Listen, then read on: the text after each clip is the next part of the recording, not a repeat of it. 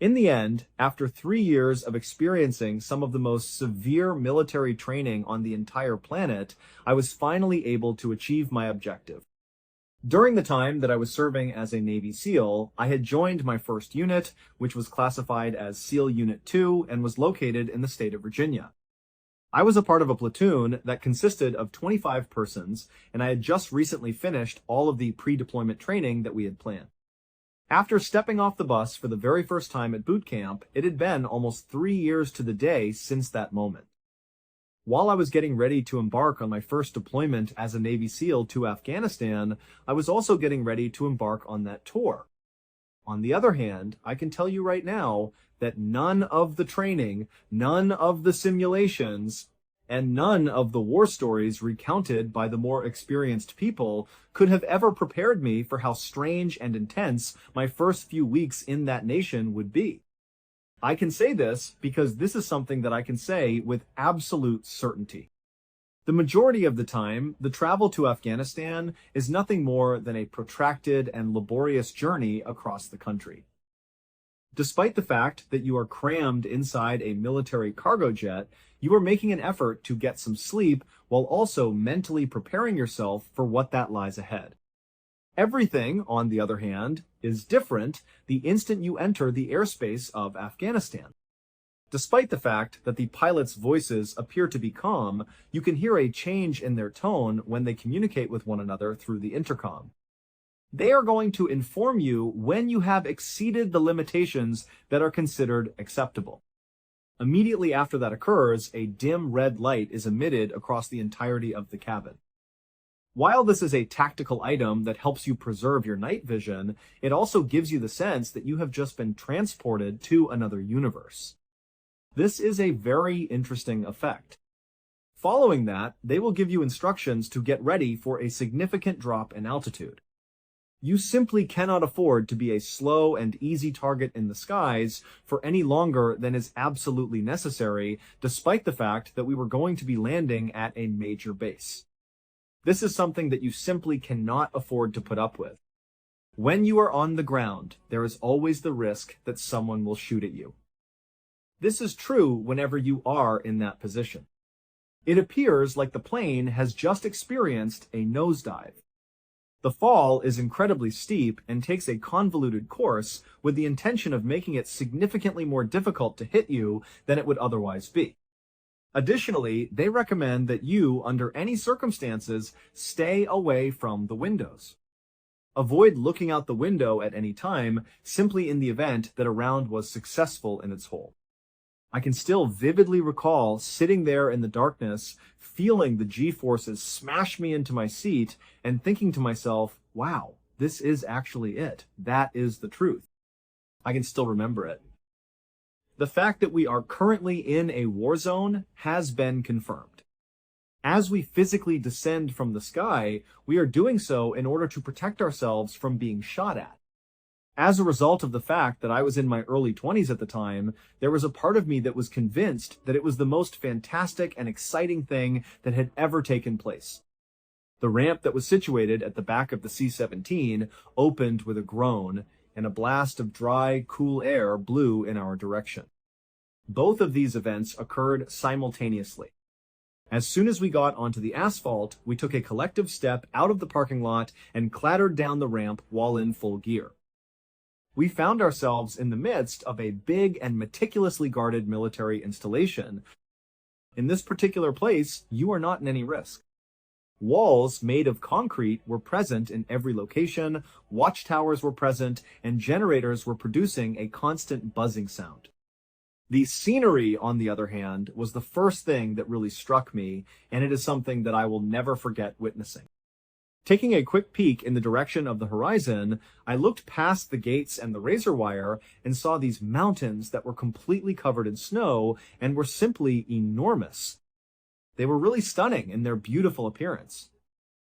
While I was there, I couldn't help but think to myself, how is this place designated as a war zone? This is, without a doubt, one of the most magnificent places I have ever seen in my whole life.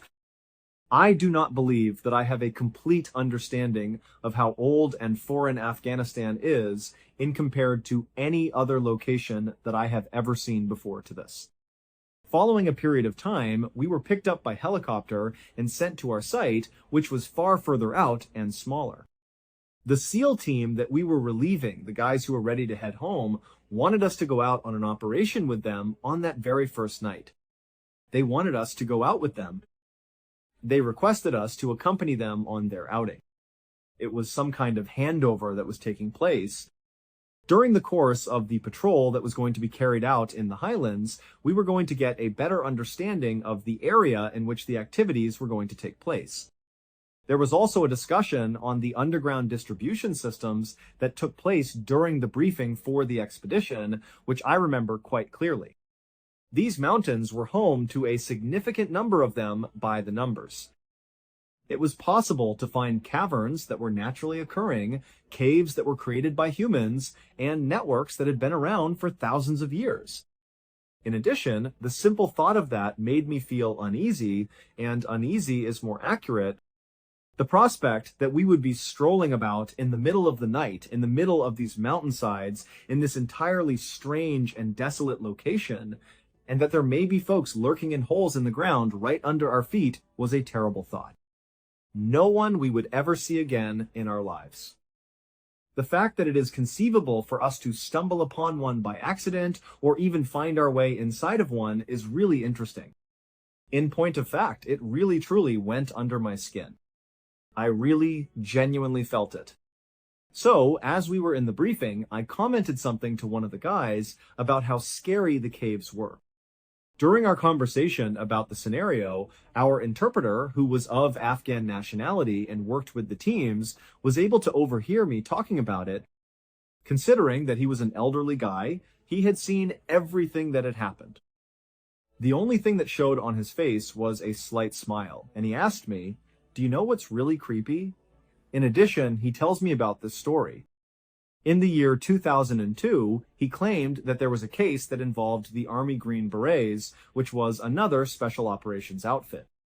He said that this case involved military personnel. The documentation for this case was fairly extensive.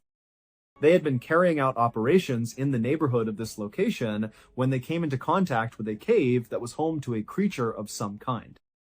He stated that they had actually engaged in a struggle with it, a genuine combat, and that they had been fighting it. They were forced to experience the loss of one of their warriors as a consequence of this.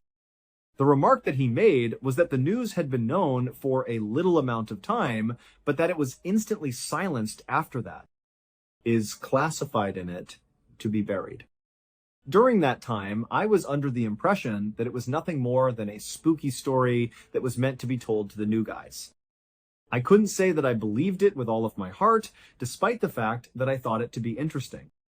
My initial impression was that it may have been a peculiar animal that they had never seen before, or it could have simply been an extremely huge person. Both of these possibilities were very intriguing to me. Given the presence of a rational explanation for it, it is impossible to deny its existence. I did not come across it once more until many years later when I started looking into strange and unexplainable phenomena on my own. I was the one who discovered it. In addition, I found some evidence regarding this matter this time around. The individual who came forward without disclosing his identity was one of the soldiers who were present at the time of the incident.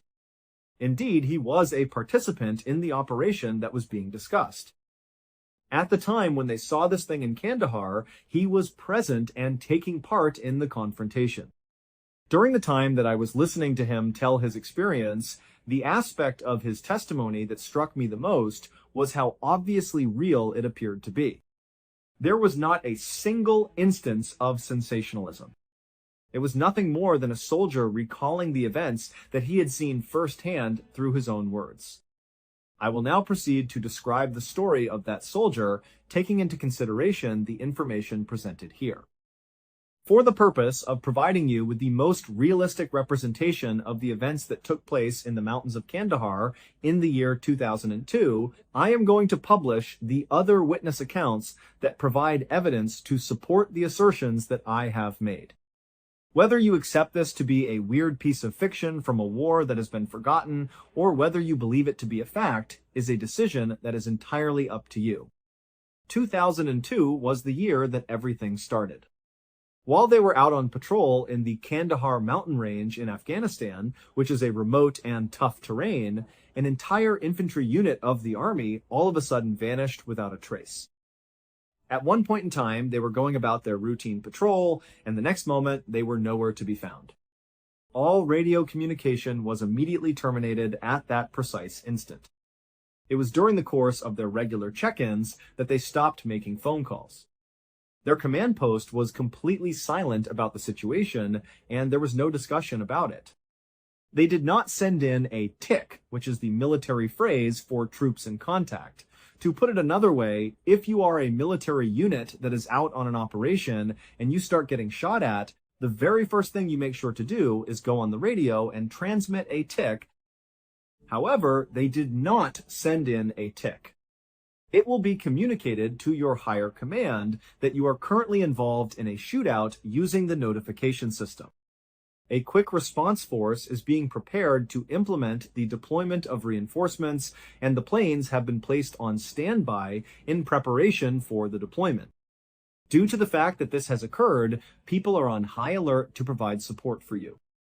It is also common knowledge that units are known to call it in too early, even to the point of being premature at times. This is something that is known to be the case. It is preferable to call it in and not require aid, as opposed to needing assistance and not having called it in. Calling it in would be preferable. When this was taken into consideration, the idea that an entire infantry unit that had been fully trained would suddenly go completely silent without making a single plea for aid and without any type of communication regarding an ambush or a gunfight seemed more than a little bit unusual. This was an extremely unpleasant and unsettling encounter. They were present for a little period of time, and then all of a sudden, there was nothing ongoing. Consequently, after a period of time during which they made frantic radio calls that were not answered, they suddenly disappeared. This occurred immediately after the period of time. This turned out to be a very important occurrence. When a commander is concerned about losing touch with an entire squad or platoon, it is the worst worry that they could possibly have. It was at that moment that the army arrived at the realization that in order to find them, they needed to send in their best. The Army Green Berets, which are their special forces, were given the duty of hunting for this lost regiment and assisting them in locating it. This assignment was assigned to one of their most elite groups. One soldier, a member of that elite Special Forces detachment, who would later only identify himself as Mr. K, came forward to narrate the story of what took place after his team was given the commission to carry out that mission. According to his story, they were briefed, outfitted, and then boarded helicopters. He would only identify himself as Mr. K. He claimed that they were briefed at the beginning of the process. At the time of the final known location of the infantry unit, it was approximately 4 kilometers away from the landing zone, which was situated in the Kandahar mountain range. The Kandahar mountain range was the destination of their flight there. After the helicopters had landed, the passengers exited, and they discovered that they were alone in the middle of the vast mountains that were completely silent. In a methodical fashion, they immediately began their search for the missing person. They were well aware that they had advanced into area that was controlled by the enemy. At any given moment, they are susceptible to being ambushed by an enemy. It is possible that they will unintentionally walk into a gunfight.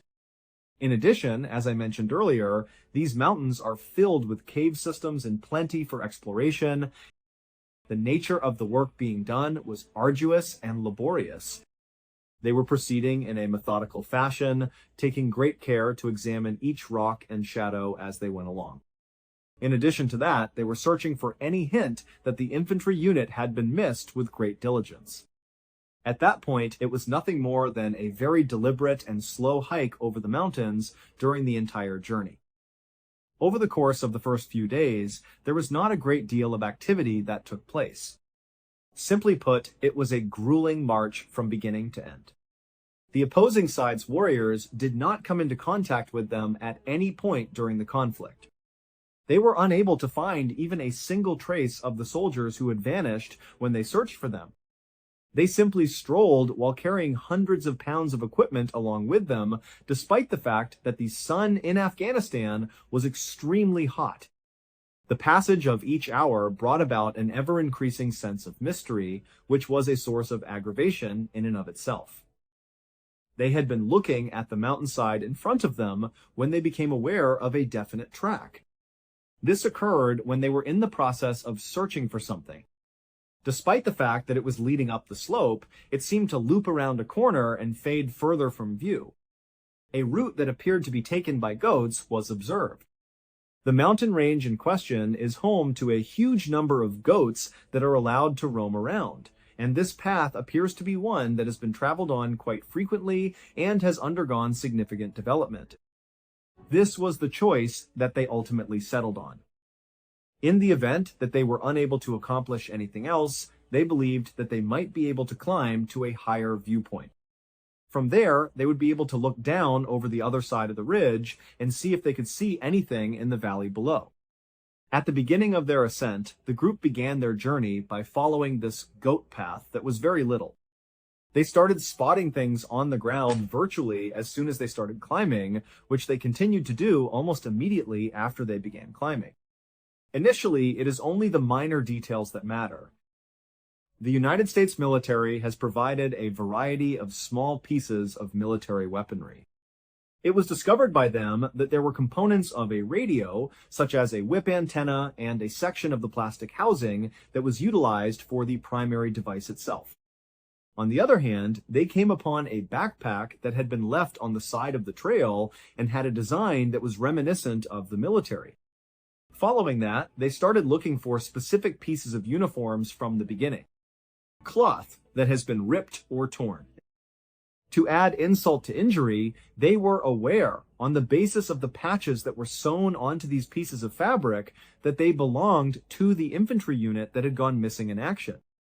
That was the group in question. It was clear that they were moving in the correct path. As they proceeded down this road of smashed equipment and ripped uniforms, they started to notice something else as they continued to journey up this path. Is a bone. At first, they were unable to determine whether or not the object in question was a human or an animal. Despite this, as they proceeded to climb higher, they started to have more and more observations of it. In the course of their ascent towards this kind of plateau, they came across bones that had been fractured and were scattered all over the path. I cannot stress enough how important it is for you to understand that the Special Forces personnel in question had an incredibly high level of training. A lot of similarities can be found between the Navy SEALs and the Green Berets of the Army. The fact that we are separate units does not change the reality that we are quite comparable to one another in terms of our capabilities and the training that we have received. Additionally, the amount of teaching that you receive will equip you to deal with practically any event that may arise, including one that is as unique as this particular one.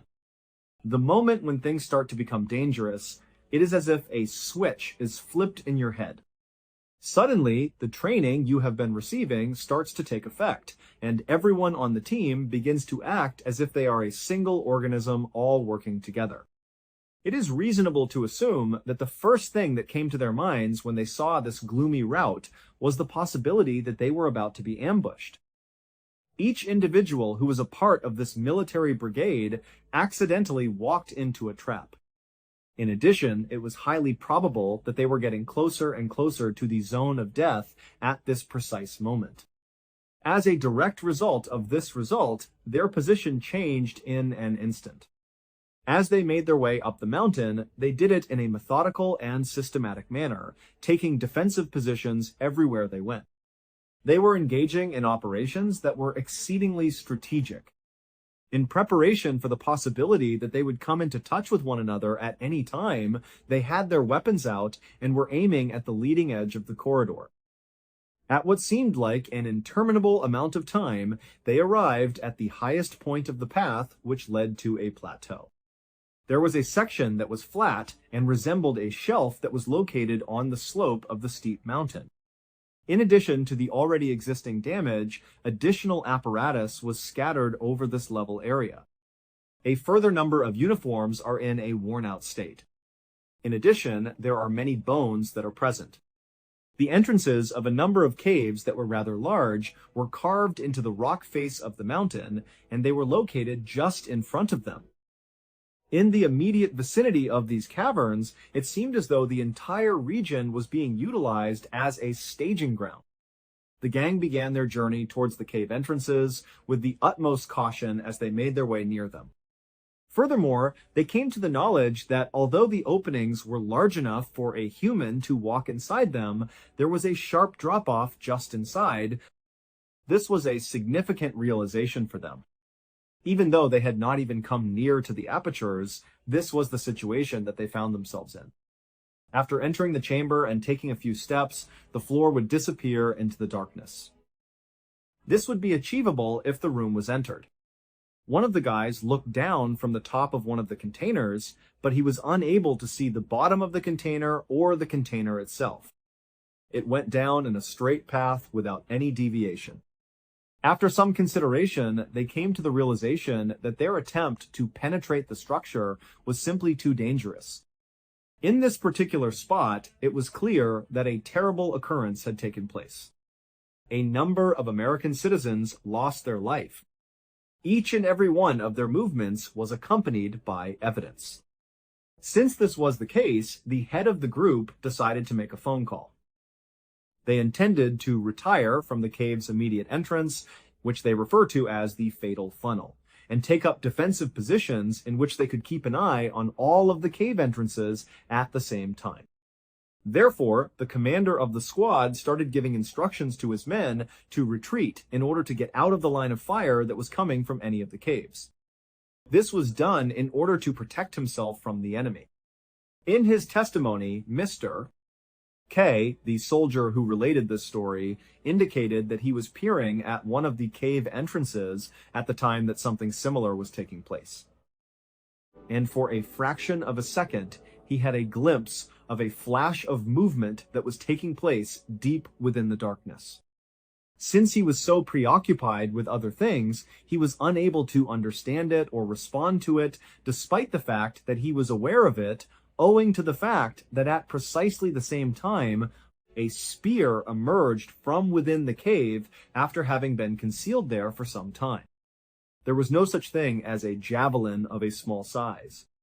He referred to it as a big lance, and he described it as something that is reminiscent of a war that took place in the past. In addition to that, it flew into the air and went straight through one of his colleagues without any hesitation. It is Dan, a soldier, a member of the military. An instant later, Dan did not make it through. Not a single member of the team was absent. Everyone was present when the spear struck Dan, but they were unable to identify the person or thing that had thrown it. They were essentially in a state of disbelief for a short amount of time, holding their weapons up and seeking to absorb what was going on around them. Subsequently, a guy emerged from the cave in which they were trapped. According to the story that Mr. K has presented, however, it is clear that he was not a usual sort of man. The individual's perspective indicated that he stood anywhere between 12 and 15 feet tall. In addition to his long, matted red hair that reached down below his shoulders, he wore a wild, matted red beard. His hair came down to his shoulders. Upon emerging from the cave in a charging fashion, he uttered this primal, wailing war cry. He was announcing his intention to fight. It seemed as though he was wearing garments that were made of animal skins, at least from the external aspect. When he appeared, he had the appearance of an elderly and dirty man. In addition to the fact that he ran directly over to the location where Dan was laying on the ground, it was pretty obvious that he wanted to withdraw the big spear from Dan's body and use it once more. Nevertheless, by this time, the remaining members of the squad had recovered from their state of shock and were ready to continue. When they saw this enormous creature charging their fallen companion, it was the sight of this monstrosity that brought them back to the current time. And then they began firing their weapons. Every single one of them launched their assault on the target on their own terms. Even those who were big had little hope of putting up a fight against those who were the enormous. It was also during what Mr. K described as around 30 seconds of steady, controlled firing from a team of very competent Special Forces personnel that the behemoth was brought down. On the other hand, there was total silence after that. After some time had passed, the dust calmed down. The firing of the firearms came to an end. Each and every member of the crew was simply standing there, taking a few deep breaths, and attempting to make sense of the events that had just taken place. Dan was in a gloomy phase. This gigantic object was resting in the earth at the time. Despite their best efforts, they approached Dan with extreme caution in an effort to check on him, but it was already too late. We were no longer able to contain him.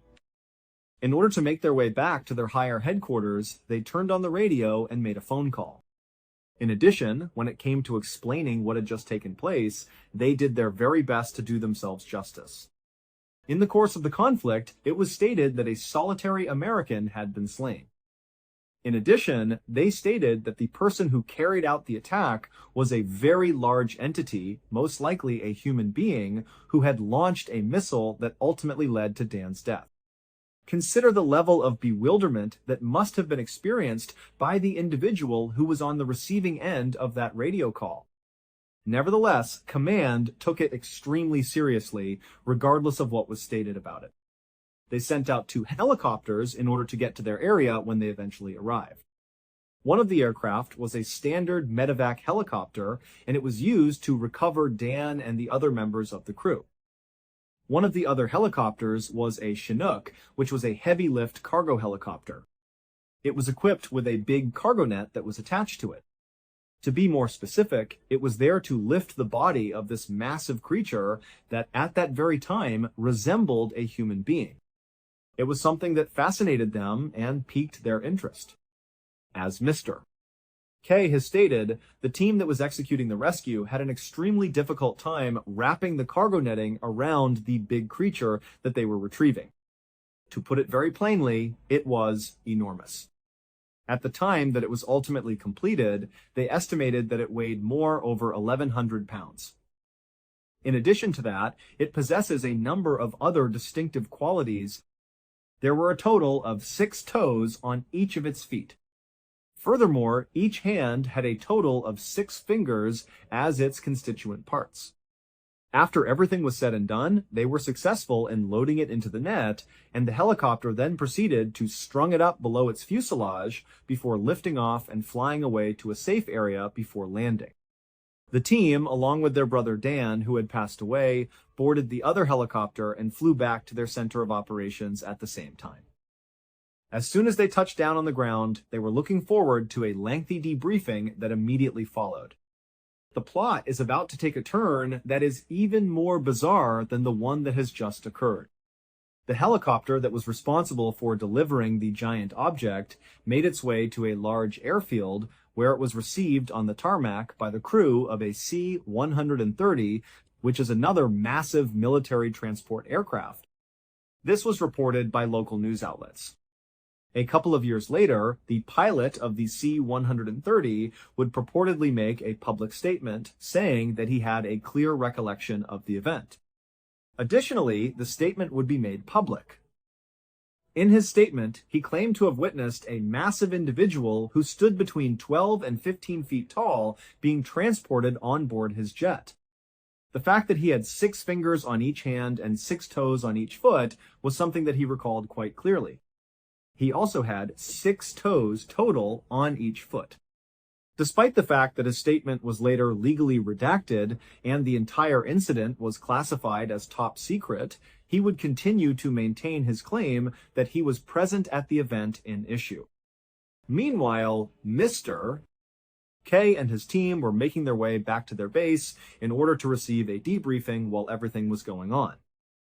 The military requires you to provide a detailed after-action report following every operation in which you will be participating. This is a standard practice that is followed by the military. You go out, you finish the mission, you come back, and you write down everything that happened by going through each step in detail from beginning to end. After much deliberation, Mr. K and his co-workers arrived to the conclusion that they ought to simply be completely truthful. All of the things that they saw were documented in their journal. They went into considerable detail about the monster in their description, including its height, its red hair, the 6 fingers on each hand, and the 6 toes on each foot. They also mentioned that the creature had 6 faces. They went into detail about the entire horrible sequence of events, including how it came from the cave, how it hurled the spear that hit Dan, and how it threw the spear. All of the information was documented and submitted by them in written form. Following the passage of some time, the leadership of the organization came back to them with the report, including the information. Rewriting this is something that they suggested you do, and you should do it. This is not something that we are going to ever agree with. According to Mr. K, in the end, they were forced to take on the responsibility of rewriting the entire report despite their best efforts. In the new version, it was presented as if it were a typical mountain engagement, which was a very misleading representation. In this scenario, you are engaged in a typical conflict with an adversary who is battling against you. The fact that there was a large was not disclosed at any point. It is not mentioned that there is a spear. The reality of what had happened was completely wiped, and in its place was a fiction that was not only controlled, but also made to sound reasonable. Due to the fact that the report was considered to be of the highest possible confidentiality, they were never able to obtain a copy of it. After then, everything was over. Non-disclosure agreements are contracts that are legally binding and require them to vow to secrecy that they will never disclose about what they witnessed on that specific day in the mountains. Mr. K claims that he and every other member of his team needed to sign these agreements in order to comply with the requirements of the law. Regarding the actual events that had taken place, they were never officially informed of anything that had occurred. It is unknown what the military did with the body of the giant after they had gotten possession of it. Anyway, what were the results of the investigation that was carried out? They were never given any clarification at any point. The instruction was given to each of them to keep this information to themselves and to never bring it up again in conversation. A censorship and top secret status were practically applied to it. In spite of this, they did not. To be honest, not for a very long time. Not until the year 2016 would Mr. K finally come to the realization that, you know what, screw it. He would not come to this conclusion until the year 2016. In light of what he had seen, he made the decision to communicate his findings to the rest of the world. He stated that his close friend Dan had passed away and that the official narrative was a lie regarding his passing. It was necessary, in his perspective, to have a conversation about the truth about what had taken place. This is the reason why we have this extraordinarily detailed record of this mission, which featured a group of highly trained members of the United States Special Forces coming into contact with a creature that has become known as the Giant of Kandahar. When it comes to this story, I am not fully certain of how I feel about it. Upon initial inspection, it seems to be something that might be seen in a book that is considered to be fanciful. On the other hand, the facts are exceedingly exact, and they stem from a trusted source, which turned out to be a member of the Special Forces. In addition, I am of the opinion that if there were any region left in the globe that was capable of concealing something resembling a giant from the prying eyes of the current human population, It would be the enormous mountains of Afghanistan, which are located in a remote location and have been around for a very long time. Because I am of the opinion that this is the only location in the entire planet that possesses the capability to do so. I am saying this. To put it another way, there were times while I was out there roaming around that I had the feeling that I was standing on a universe that was completely different from the one I was on. The landscape is so alien that it seems foreign to the human eye. What we do know for definite is that there was a single American soldier called Dan who was killed by something in the highlands of Kandahar. This is the only thing we know for certain. Regarding this particular matter, we are already cognizant of it. Additionally, you have his own buddies, who are regarded as being among the best warriors in the world, who assert that this is what transpired. You have a variety of witness testimony that backs up your assertions, ranging from the testimony of the crew to that of the pilot of the Civil Air Patrol aircraft. However, throughout the course of time, the government has redacted and categorized almost all of it as restricted information or labeled it as restricted information. The consequence of this is that we do not have a comprehensive comprehension of the events that took place in the remote region. The majority of us, who are considered to be commoners, are at the absolute least oblivious of what actually went place. Consequently, I would be quite interested in hearing your perspectives on the matter. Have you come to the conclusion that this is a true incident that has been covered up, and that it actually took place? On the other hand, do you think that it was a tale that was twisted over the course of time, or that it was a scam of some kind? I want to express my gratitude for your presence here today.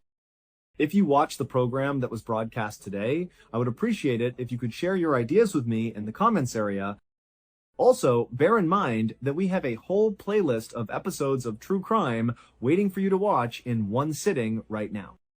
You may watch all of these episodes in one sitting till the next time we meet again. What's going on? Sometimes we think we have a solid grip on how the world works. We wake up, we go about our normal routines, and we assume that the rules of reality will keep everything in its proper place. We trust our senses, we trust our minds, and we trust that the environments we step into will behave in predictable ways. But every now and then, the universe decides to throw those rules completely out the window. Today, we are going to look at 3 incredible stories that demonstrate just how bizarre, unpredictable, and downright terrifying life can be when the ordinary suddenly collides with the impossible. These are stories about real people who found themselves in situations that sound like they were pulled straight from a Hollywood movie. But every single one of these events actually happened, and the details will leave you questioning how much we truly know about the world around us. From a chaotic clash of identities on the streets of Detroit, to a mysterious voice that acted as a guardian angel in London, and finally to a man who defied the laws of probability in the dark waters of the Atlantic, these stories show us that reality is often much stranger than fiction. Our first story takes us to the city of Detroit, Michigan, specifically to the east side of the city on Andover Street. If you were to ask anyone who lives in this neighborhood, they would tell you right away that Andover Street has a reputation. It is an area that has been heavily affected by drug activity for a very long time. Because of this, the local police department is constantly running operations to try and clean up the streets and keep the community safe. On a cold Thursday morning, specifically November 9th, 2017, 2 special operations officers from the Detroit Police Department were getting ready to start a specific type of undercover operation known as a push-off. Now, if you are not familiar with what a push-off is, it is basically a reverse sting operation. Undercover police officers will set themselves up in an area, usually in a house that is known for drug transactions, and they will pretend to be the local drug dealers. When unsuspecting customers walk up to the house trying to buy drugs, the undercover officers will invite them inside, wait for them to make a verbal request to purchase illegal substances, and then immediately arrest them and seize their vehicles. These two particular special operations officers had been working deep undercover in this specific neighborhood for quite a while. Because they had been there so long, they had a very specific local drug house that they had secured and set up for this exact operation. They arrived at the house, got themselves in character, and began to wait. Meanwhile, not too far away, another unit from a completely different police precinct was planning their own drug enforcement operation for that very same day. This second unit consisted of a group of undercover officers who were running a buy-bust operation. A buy-bust is the exact opposite of a push-off. In a buy-bust, undercover officers pretend to be drug buyers. They walk around the neighborhood, look for active drug houses, and attempt to buy illegal substances from real drug dealers. Once the transaction is initiated, they signal their backup team to swoop in and make the arrest. But the problem was that there was a massive breakdown in communication between the two different police precincts. Neither group had any idea that the other group was operating on Andover Street that morning. It was a classic bureaucratic oversight, but on the streets, it was a recipe for disaster. Around midday, two undercover officers from the 2nd Precinct were walking down Andover Street looking for active drug houses. They saw the house where the first two undercover officers were waiting.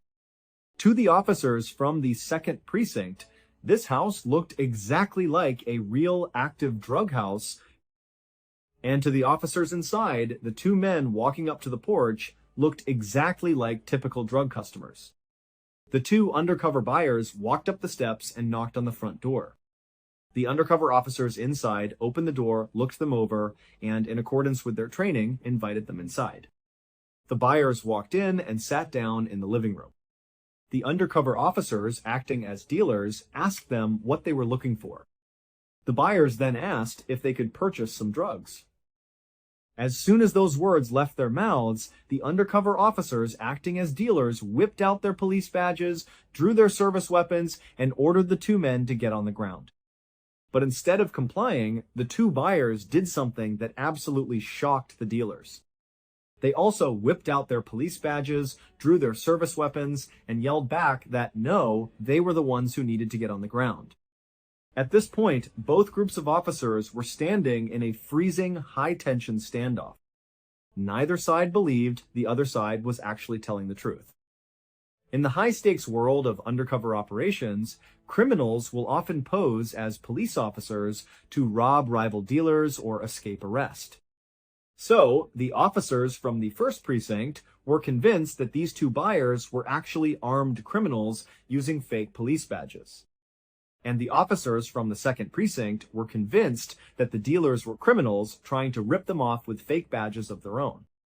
They stood there, guns pointed at each other, in a tense standoff that looked exactly like that famous scene from The Office, where everyone is pointing a gun at everyone else, trying to figure out who the double agent is. They began periodically hurling insults and threats at each other, trying to force the other side to stand down. But nobody was backing down. The tension in the room was boiling over, and both sides were terrified that if they fired a shot, it would end in a bloodbath. But instead of pulling their triggers, when neither side stood down, they all eventually lowered their weapons. But they did not talk it out. Instead, they lunged at each other and proceeded to beat the living crap out of each other. A massive, chaotic fistfight broke out right there in the living room. Within moments, the backup officers from both precincts, who had been waiting nearby in unmarked vehicles, saw the commotion and rushed into the house. But instead of breaking up the fight, they also got confused and joined in. It turned into a massive brawl of police officers fighting other police officers, with punches flying, furniture breaking, and complete chaos taking over the house. After the dust finally settled and the haymakers had stopped, someone finally managed to get a radio transmission through, and the two groups of police suddenly realized the monumental mistake they had just made. They immediately stopped fighting and began to apologize to one another, nursing their bruises and panting for air. Luckily, none of the officers were critically injured in this bizarre mix-up. However, two officers did have to be taken to the hospital for treatment, though fortunately their injuries were very minor. One officer ended up with a massive black eye, and another had a split lip.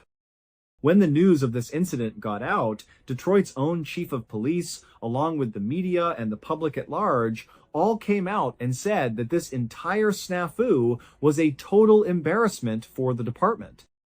It showed a clear lack of coordination and communication. But, on the other hand, some people argued that the officers involved actually deserved a little bit of credit. After all, their job was to be undercover.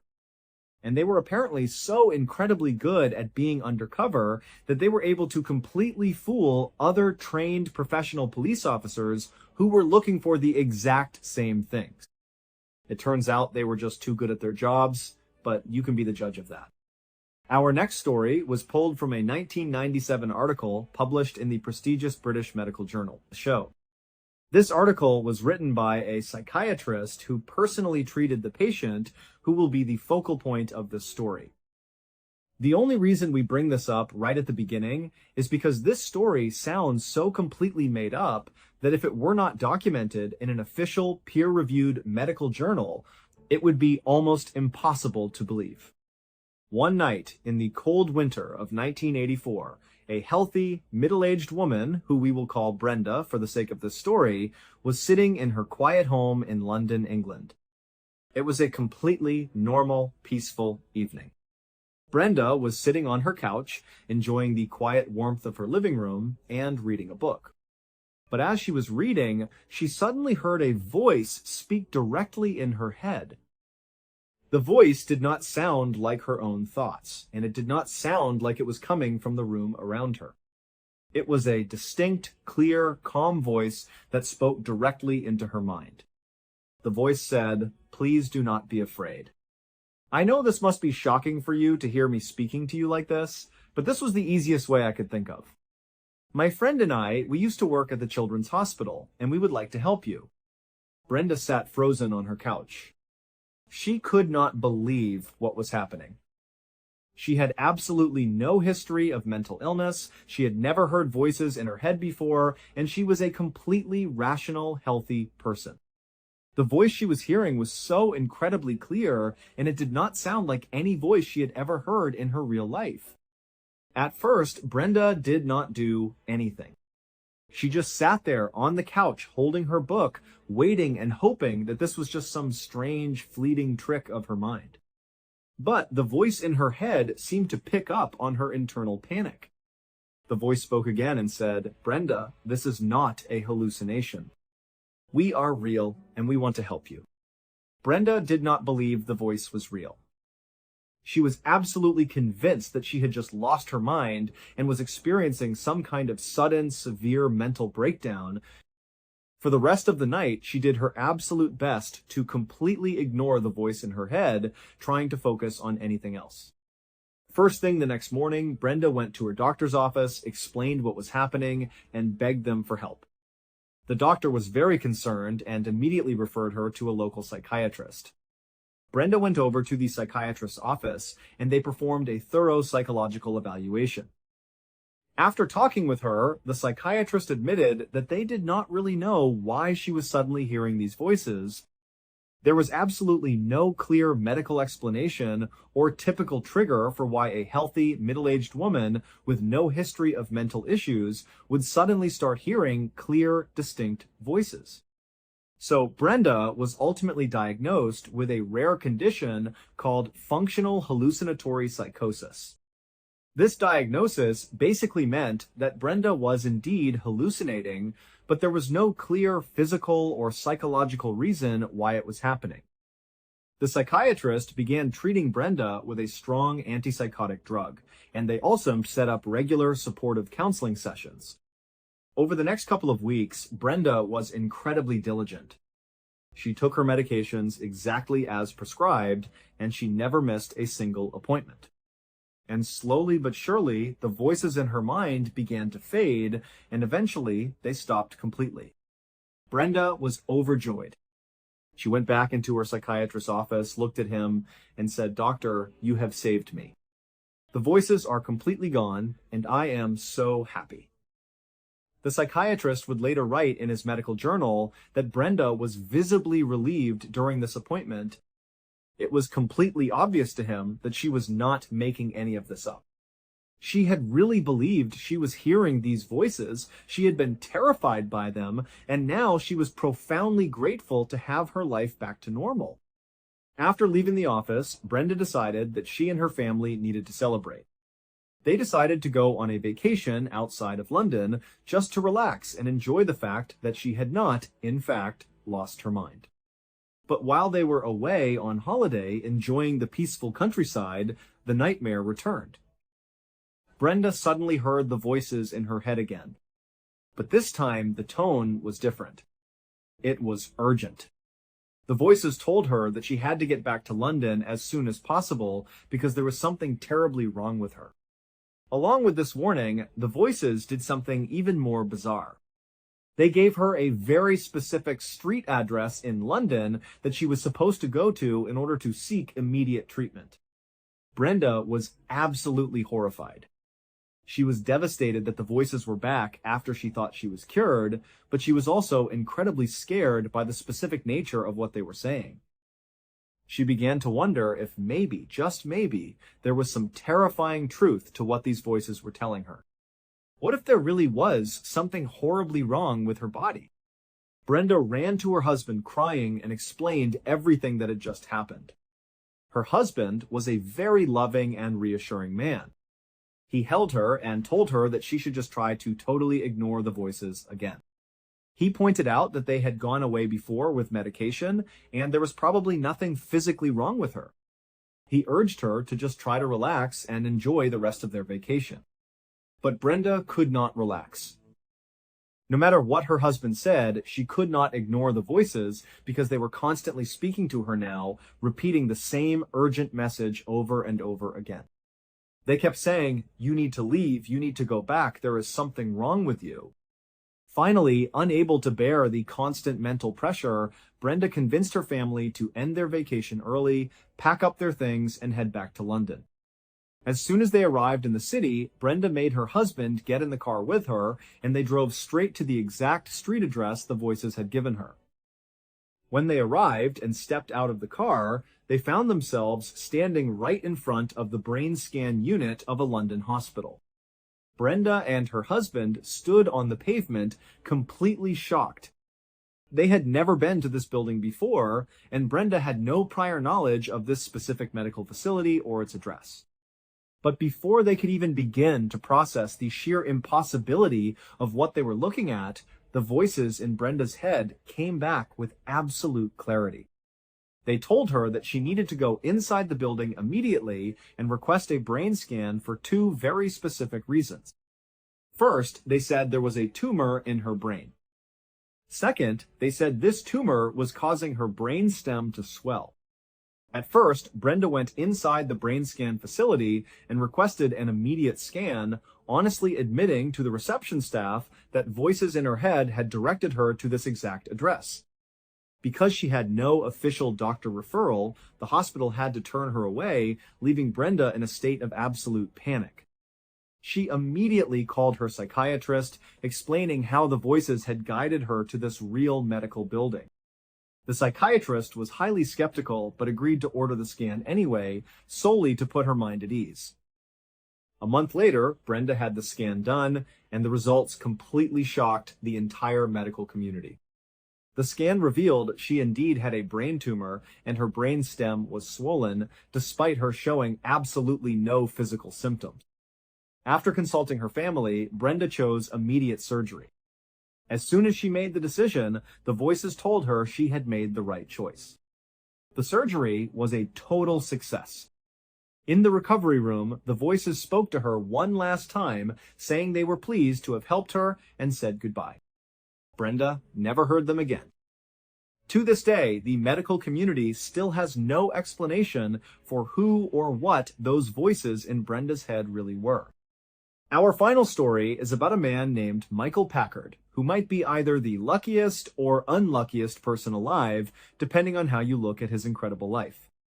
In 2001, when Michael was 38 years old, he survived a horrific plane crash over the jungles of Costa Rica that tragically killed the pilot, co-pilot, and another passenger on impact. Michael and 4 other survivors were left badly injured and stranded in the extremely remote wilderness for 48 agonizing hours before search and rescue teams finally reached them. Doctors later told him he would not have survived another night in the jungle.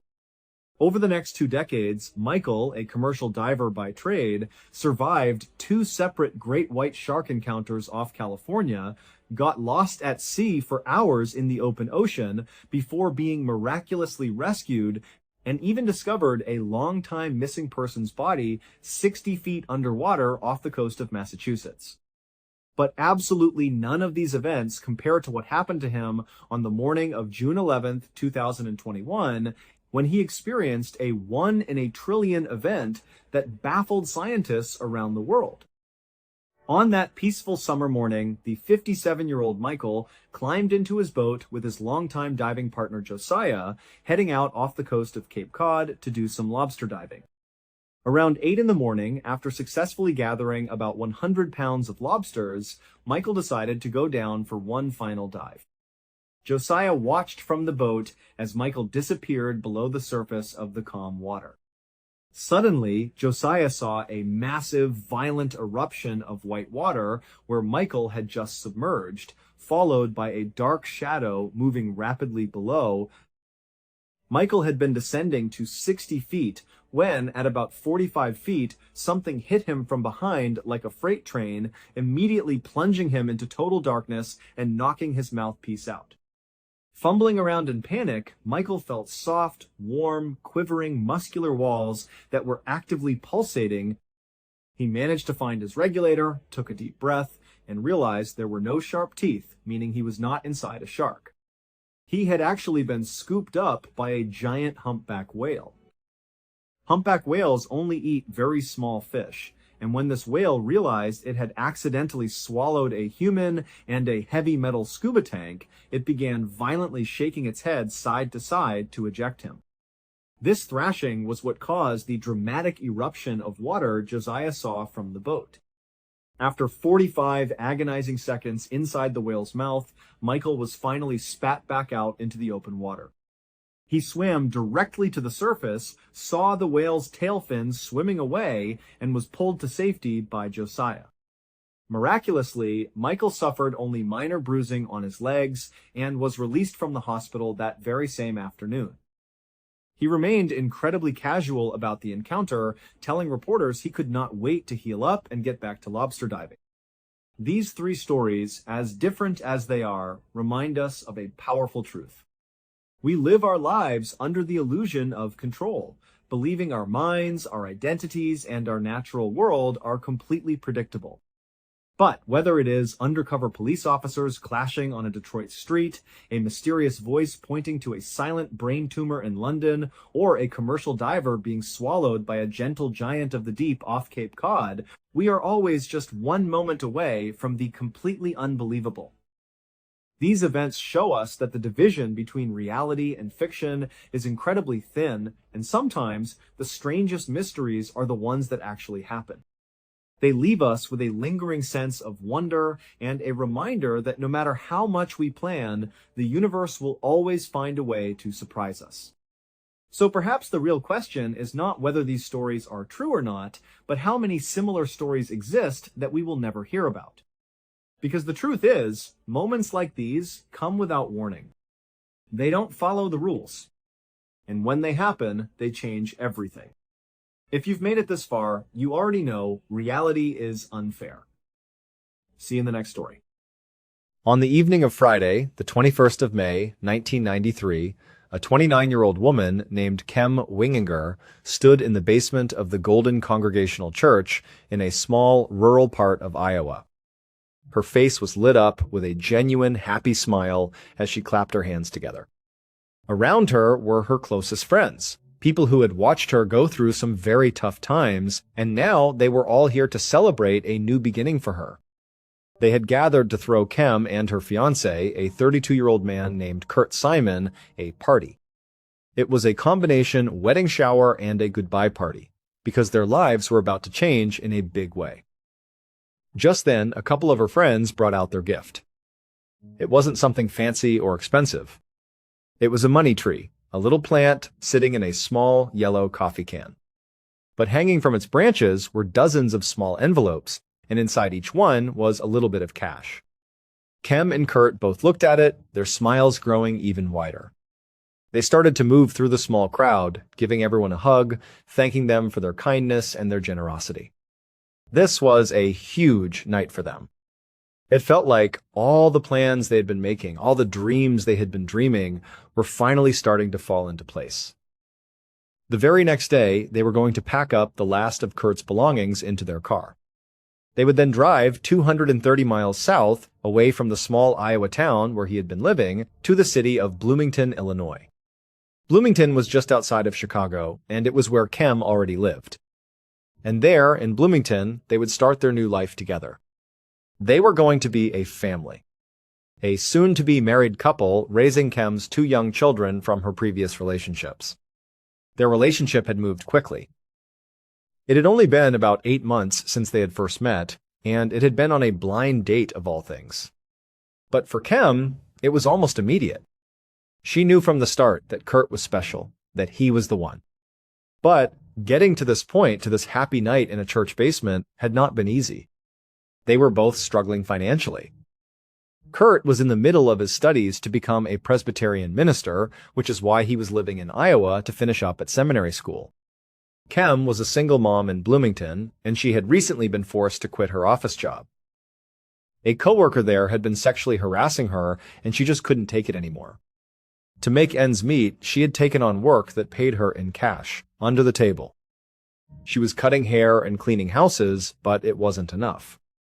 She still had to rely on public assistance to feed her kids and pay the rent. On top of the money problems, the long-distance relationship itself was just draining.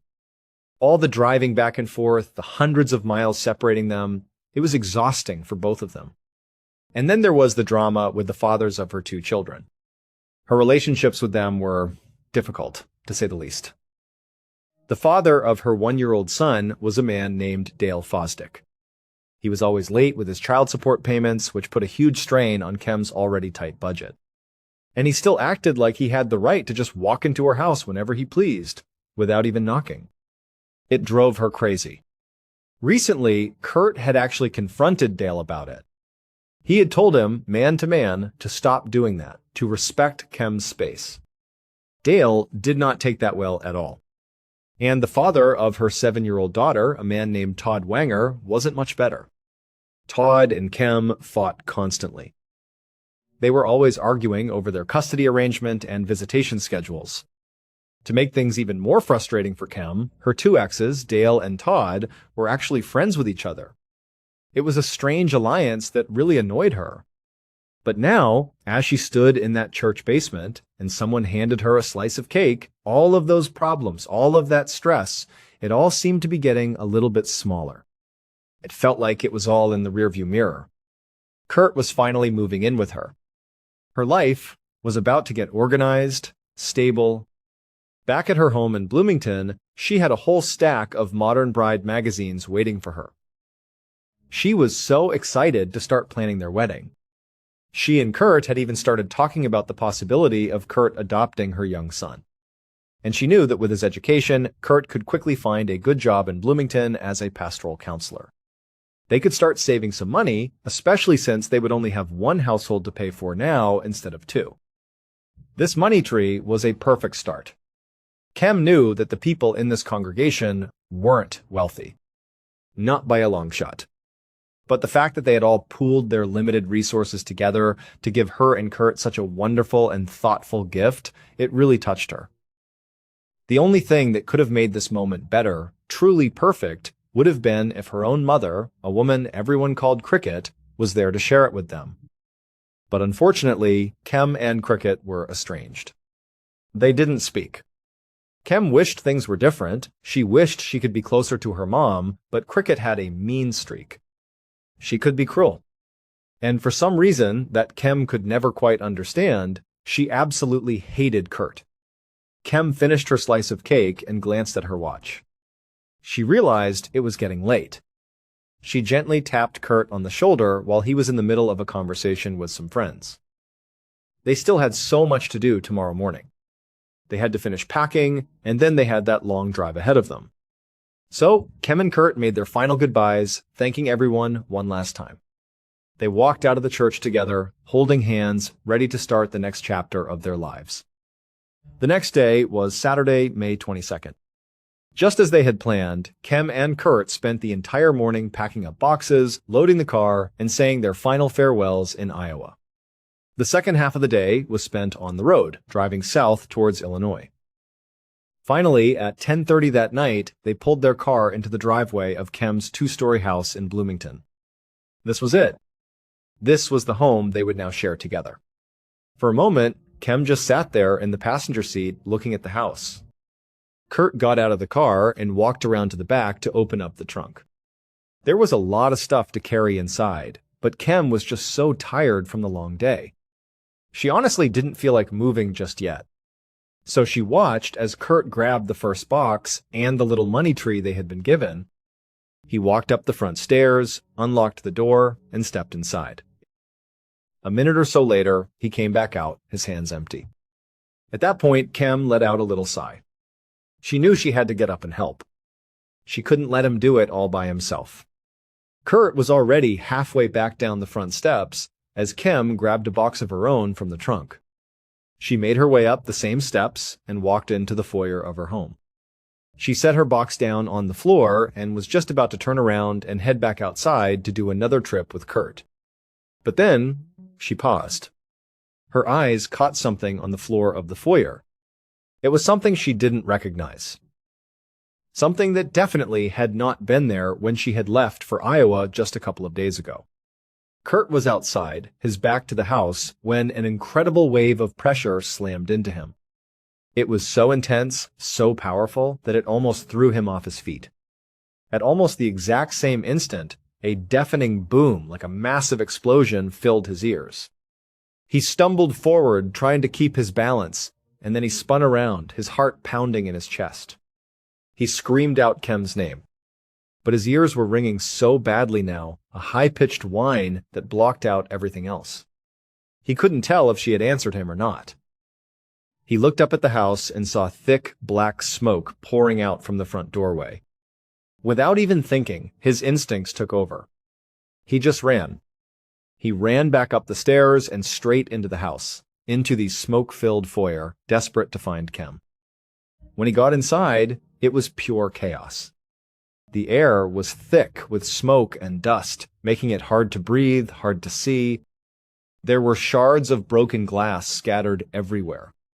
He also noticed dozens of little pieces of twisted metal all over the floor and embedded in the walls. Kurt screamed Kem's name again and again, his voice raw with panic. He looked frantically all around, trying to see through the haze and the rubble, but it was almost impossible. It was like the entire foyer had been obliterated. Now he was starting to gasp for air, choking on the acrid smoke. He started moving around the small space, ducking down below the thickest clouds of smoke, trying to see anything. And that's when he saw them. Lying on the floor, partially obscured by a fallen piece of drywall, were a pair of legs. Just a few minutes later, Detective Larry Shepard of the Bloomington Police Department pulled his cruiser up to the curb outside the two-story house. His partner was in the seat next to him, and another squad car was right behind them. Normally, Shepard wouldn't respond to a typical 911 call. He was a homicide detective. But he had been in the area when the call came over the radio. Dispatch had requested officers to check out a report of a possible shotgun blast on a quiet residential street. But the second Shepard stepped out of his car and laid eyes on that house, he knew this was no shotgun blast. Black smoke was billowing out of the front door. He couldn't see any flames, but he could clearly hear the high-pitched shriek of a fire alarm coming from inside. The street itself was in chaos. People, who Shepard assumed were neighbors, were out of their houses, shouting and running around in a panic. And there was debris everywhere. Broken glass, splintered pieces of wood, and strange chunks of metal had been blown out of the house and were scattered all over the front lawn and even out into the street. In the driveway of the home, Shepard could see a man. He had his hands on his head, and he looked absolutely frantic. He was pacing back and forth, yelling the name Kem over and over again as he stared at the destroyed house. It was at that moment that Shepard realized there must be someone still inside. He knew he couldn't wait for the fire department or more backup to arrive. He had to go in now. He and his partner shouted for everyone on the street to stay back to clear the area. And then they both raced up the stairs and into the smoke. Once Shepard was inside the foyer, he could tell there was no active fire, just a lot of smoke hanging heavy in the air. He quickly took in the scene. He saw a 6-inch hole blasted into the wall right next to the front door. And there was another, similar hole right in the floor of the foyer. But his attention was immediately drawn to the body of a woman lying on the ground. One look was all it took. It was immediately and horribly clear that there was nothing anyone could do for her. Literally half of her head was just gone. In his entire career, Detective Shepard had never worked a murder case where the weapon was a bomb. But as he stood there in that blackened, destroyed foyer, looking down at the charred body of this woman, Shepard felt certain that a bomb was exactly what he was looking at right now. Around this time, the officers from the second squad car had made their way up the stairs and into the house. But Shepard immediately told them to get back. He ordered them to go back outside. This was not a safe scene. They needed the fire department here to clear the smoke and check for structural damage. And more importantly, they needed the bomb squad. For all they knew, there could be more explosives in the house. Not long after, Shepard and the other officers stood on the front lawn as members of the fire department and the state police bomb squad began to carefully comb through the scene. By this point, Detective Shepard had learned a little more about what had happened. The woman who had been killed was Kem Winghanger, and the man he had seen screaming her name in the driveway was her fiancé, Kurt Simon. Neighbors had told the first responding officers that the couple had arrived home at around 10:30 that night. A couple of the neighbors had actually been outside and had noticed them when they started unloading their car. These neighbors said they saw Kurt go into the house first. He was carrying a box that he had taken from the back of the car. Then, these same neighbors said they saw Kurt come back out of the house empty-handed. But he didn't grab another box. Instead, he went back to the trunk of the car and seemed to be putting something inside. It was at that exact moment that Kem had grabbed a box of her own from the car and had gone into the house by herself. And that's when the explosion happened. Shepard was troubled by these accounts. It seemed very suspicious to him that Kurt had been able to walk into the house just fine without getting hurt. And then, just seconds later, Kem goes in, and her arrival seems to be what triggered the explosion. It made him wonder. Maybe that box Kurt was carrying when he first went inside, maybe that was the bomb. Maybe he planted it, and then when he left, Kem went in, and it went off.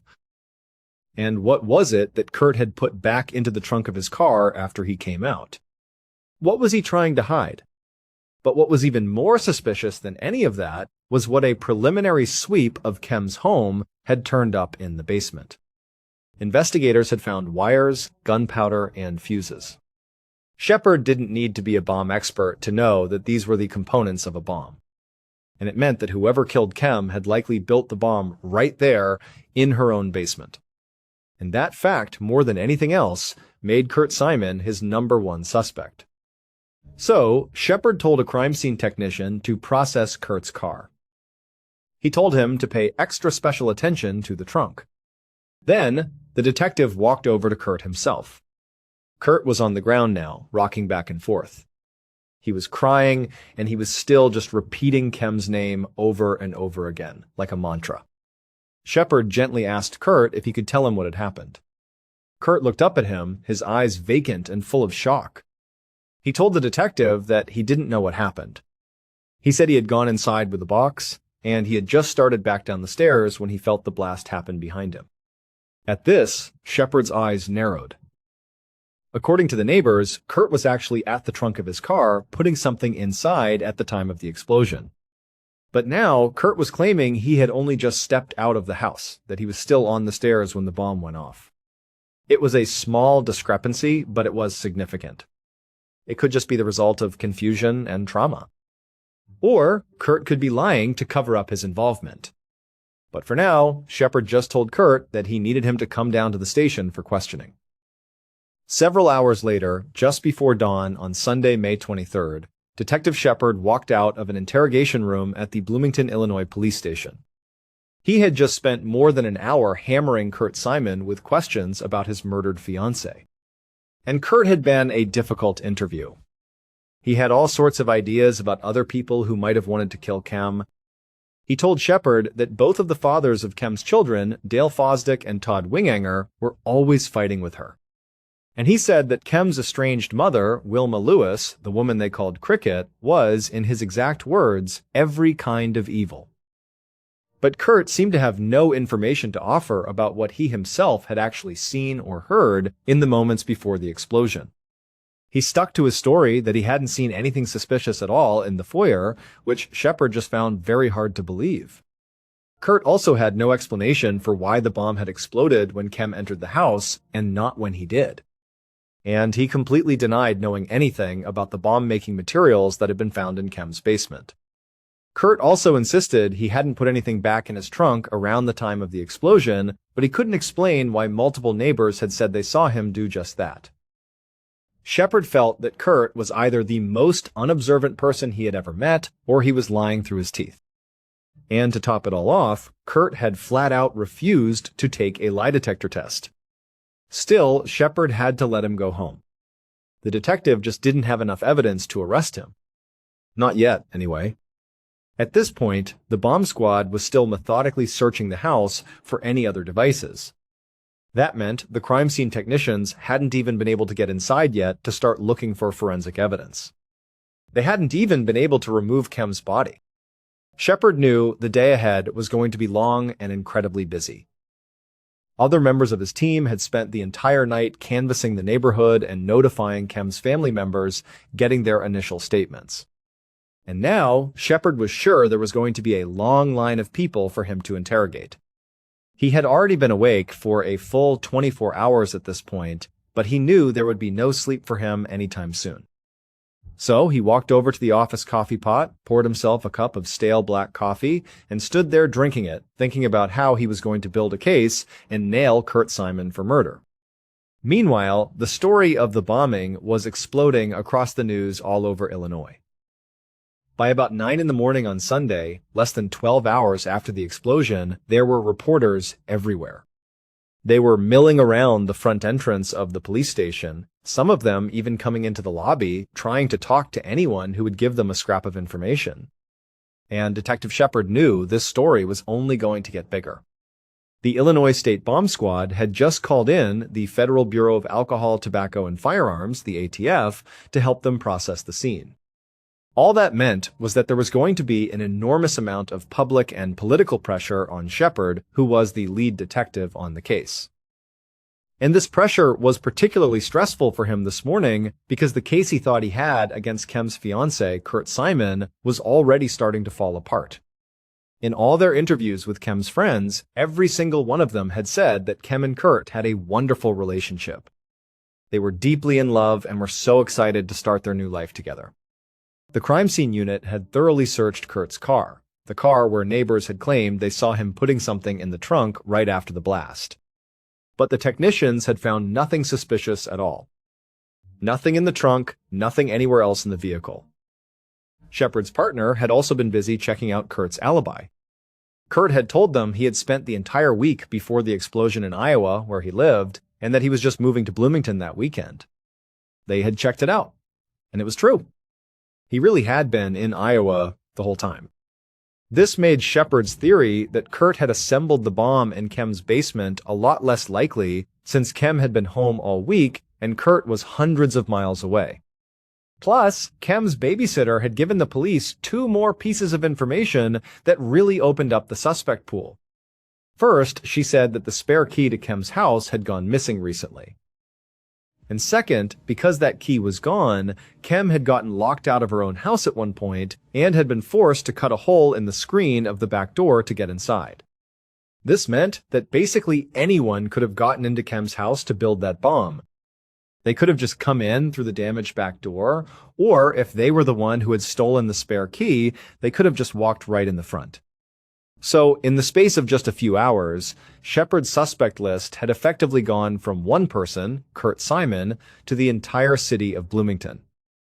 Just before lunchtime, Shepard walked into the station's interrogation room where Kem's ex-husband, Todd Winghanger, was sitting and waiting for him. With Kurt looking less and less like a viable suspect, the detectives had turned their attention to Kem's exes. Both Todd, the father of her daughter, and Dale Fosdick, the father of her son, not only had clear motives, but they also knew Kem's schedule inside and out. In fact, each of them had been watching one of her children over the weekend while she was in Iowa. They knew exactly when she would be gone and when she would be coming back. Shepard's partner had actually already spoken to Dale a couple of hours after the explosion, while Shepard himself had been busy questioning Kurt.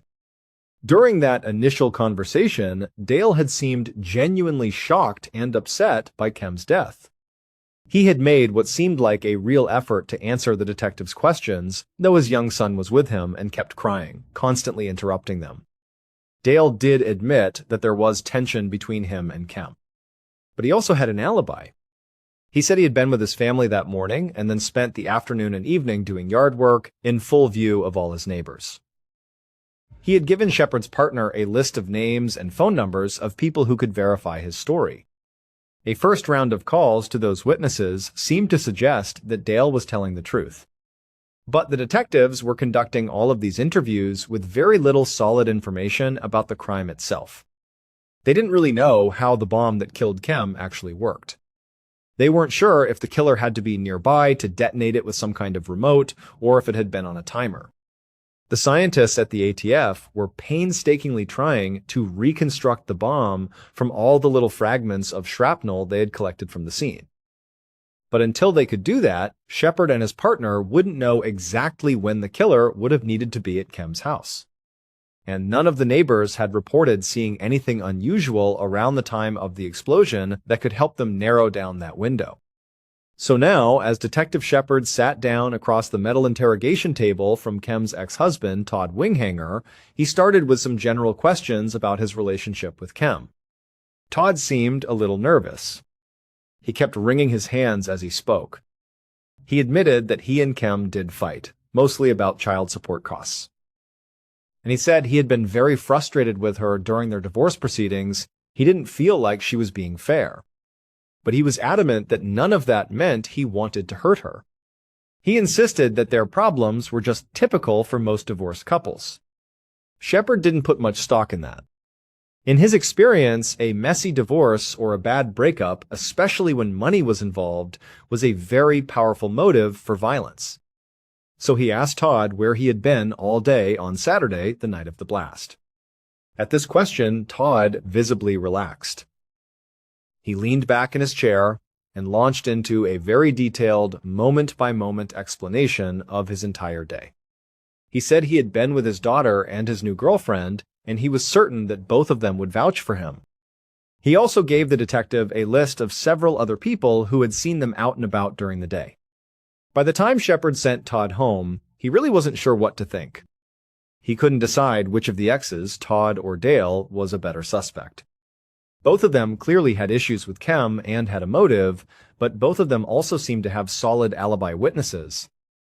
On the other hand, Kem's fiancé, Kurt, might have had the opportunity to plant the bomb if it was placed just moments before the explosion, but he had no clear motive at all. So Todd and Dale had motive but no opportunity, and Kurt had opportunity but no motive. Shepard felt like he was just going in circles. He decided his next move should be to talk to Kem's family again. Maybe they could help him make sense of his very flawed suspect list. On Sunday evening, almost a full 24 hours after the explosion, Detective Shepard knocked on the door of the home where Kem's sister Joni lived. Another officer had already been there earlier to deliver the terrible news to her and their mother, Cricket, but Shepard wanted to hear from them himself. He had been told that Kem and her mother were estranged. But even though he went into the situation expecting it to be a little strange, Shepard was still completely caught off guard by the way Cricket was acting. It was beyond strange. It was way over the top. Joni answered the door and welcomed Shepard inside, offering him a seat on the couch. She was crying, her face puffy and red. Her reaction to the violent death of her sister seemed completely genuine and normal. But Cricket was not crying. She wasn't showing any signs of sadness or grief at all. Instead, she was just furious.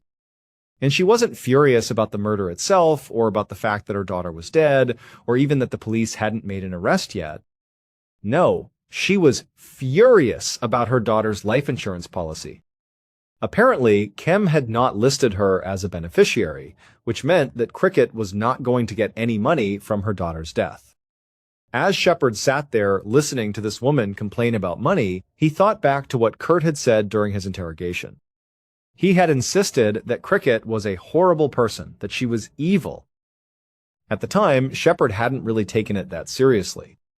He figured Kurt was just trying to throw suspicion off of himself, and he knew that lots of people don't get along with their in-laws. But now, sitting here, he was starting to reconsider. He felt like he was witnessing someone who might just be as bad as Kurt had described.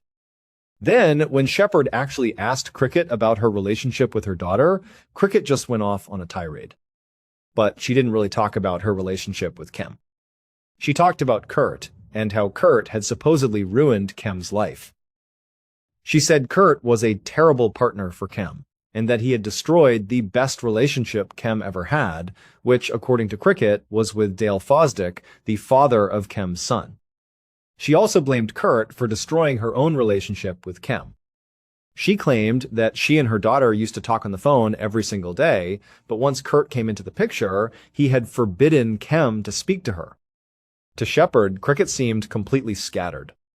She was jumping from one angry subject to another, just mad at the entire world. But he started to wonder if what he was seeing wasn't just pure selfishness and a terrible personality. Maybe it was some kind of very complicated grief, or maybe even guilt. Or maybe it was grief and guilt all mixed together. But one thing was absolutely clear. Cricket hated Kurt just as much as Kurt seemed to hate her. And Shepard had no idea which one of them was telling the truth. It was around this point in the bizarre conversation that Kem's sister Joni cut in. She offered up a potential suspect of her own. She told the detective that Kem had recently left a job because a male colleague there, a man named Phil Hartman, had been sexually harassing her. Following the incident, Kem had actually received a financial settlement from the company. And apparently, Phil had made threats against her afterwards, including a promise that he would get her for what she had done. And so Joni said that it was Phil who the police really needed to be investigating for this murder. When Shepard finally left that house, his head was spinning. He had gone to talk to Cricket and Joni, hoping to get some clarity, hoping to sort out his three main suspects. But he had come away with even less clarity, and now he had 5 suspects. There was Kem's fiancé Kurt, her 2 exes Dale Fosdick, and Todd Winghanger, her former co-worker Phil Hartman, and frankly, Cricket herself. By now, it was late on Sunday night, and Shepard had been awake since Saturday morning. He was exhausted. He decided the best thing he could do for the case, and for himself, was to just go home and get some sleep. That way, he could come back with a clear head on Monday morning and maybe, just maybe, start to make some sense of it all. On the afternoon of Monday, May 24th, almost 2 full days after the bombing that killed Kem Winghanger, Detective Larry Shepard walked through the front door of Kem's house. He was feeling cautiously optimistic. On the night the bomb went off, the police had to evacuate the scene so the state bomb squad and the ATF could make sure there were no additional explosives. But finally, the night before, the scene had officially been cleared. Which meant Shepard could now enter the house and look around for himself. Inside, the foyer was still in complete disarray, although by this point, Kem's body had been removed and taken for an autopsy. There were now dozens of little evidence flags and markers all over the floor and walls, pointing out where she had been positioned when she fell, and where various bomb fragments and other pieces of evidence had been collected. And now, because the federal agents had completed their preliminary assessment of the bomb, Shepard could actually start to picture how the bombing had happened. There was that 6-inch hole in the foyer floor. Shepard now knew that that was where the bomb had been placed. It had been sitting right there on the ground, probably concealed inside some kind of small box or package. From the autopsy report, which had shown very specific and distinct damage to Kem's right hand, Shepard knew what had likely happened. She had spotted the package on the floor, she had bent down and picked it up with her right hand, and that action, that movement, had triggered the explosion. And this was the single most important piece of information the feds had been able to determine: the bomb was motion activated. This was a huge breakthrough. It meant the bomber did not have to be at or even anywhere near Kem's house to trigger the explosion manually. Which meant they could have left that bomb there anytime over the weekend or even before. This also explained why investigators had found a random assortment of wires and other bomb-making materials in the basement. If the bomb had been built somewhere else and then transported to Kem's house in a car, the simple bumps and vibrations of the drive could have accidentally set it off. So, what most likely happened was that Kem's killer brought a partially finished bomb to the house, a bomb that was stable and wouldn't detonate while they were carrying it. And then they put the final volatile touches on it right there on site once it was in position in the foyer. This also meant that the bomber had to be pretty sophisticated. Building a motion-activated bomb like this took a certain amount of technical skill. It took intelligence and a real attention to detail, because if you make one wrong move, you set off the bomb and kill yourself. And so, in Shepard's mind, this likely took Kem's mother, Cricket, right off the suspect list. She just did not strike him as organized enough or coherent enough to pull off something this complex. She just seemed way too scatterbrained. Kem's exes, Dale Fosdick and Todd Winganger, both worked with their hands, with machines, for a living. So they were definitely still on the list. And her fiancé, Kurt, was highly educated, so he was still a possibility as well. Shepard wasn't sure about Phil Hartman, the coworker Kem had accused of sexual harassment. He had managed to reach Phil by phone that morning, and Phil had told him he was working in Louisiana at the time the bomb went off, hundreds of miles away. But Shepard knew that just being physically far away from the bomb when it detonated was not a perfect alibi anymore, not with a motion-activated device. The killer could have placed it days before and then traveled. But still, Louisiana was a really long way away. And as far as Shepard could tell, Phil didn't seem to have any kind of technical background. So Phil was still on the list, but he was moving down it. As Shepard stood there in the blackened, destroyed foyer, looking at the partially burned pages of Modern Bride magazines that had been blown all over the room, he thought about the fact that whoever had done this had to have been very comfortable in Kem's house. They had gotten inside the house at some point, and then they had clearly spent a good amount of time in the basement tinkering with the bomb. Then they came upstairs and were in the foyer, setting the thing up. This was someone who was incredibly confident that they were not going to get caught doing all of this inside the house. That was some serious boldness. And so, Shepard was starting to feel pretty certain that whoever had done this was either a family member or someone so close to Kem that they might as well have been family. Shepard left Kem's house, his mind already planning his next steps. He was thinking about how he could get search warrants for both Dale and Todd's workplaces to see if any of the machinery or tools they used there shared parts with the bomb. But as he stepped off the final front step and onto the sidewalk, he heard a voice call out his name from behind him. He turned to see another Bloomington police officer jogging over towards him. The bombing had created a real sense of panic, not just in Bloomington, but all across the state of Illinois. People were now terrified that a bomb was going to show up on their own front porch. They were seeing packages they didn't recognize and calling the police, convinced that they could be explosives.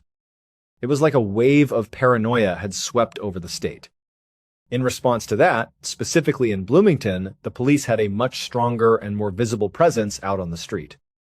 And Shepard had also asked his officers to re-canvass Kem's neighborhood to go back and question all the neighbors again now that they knew more about the bomb itself. Specifically, they now knew that the bomb was motion activated. This meant the bomber did not need to be there right before it went off. They could have been in the house building the bomb days before. They could have planted the bomb well in advance of the bombing itself. So there was a much bigger window of time now. They were asking the neighbors different questions. Who was at Kem's house in the days leading up to the bombing? Did anyone see anyone acting suspicious near Kem's house that entire weekend? And so this officer who was running over to Shepard, that's what he had been doing. Re-canvassing the neighborhood. And when he finally reached Shepard, out of breath, he told him he'd found something.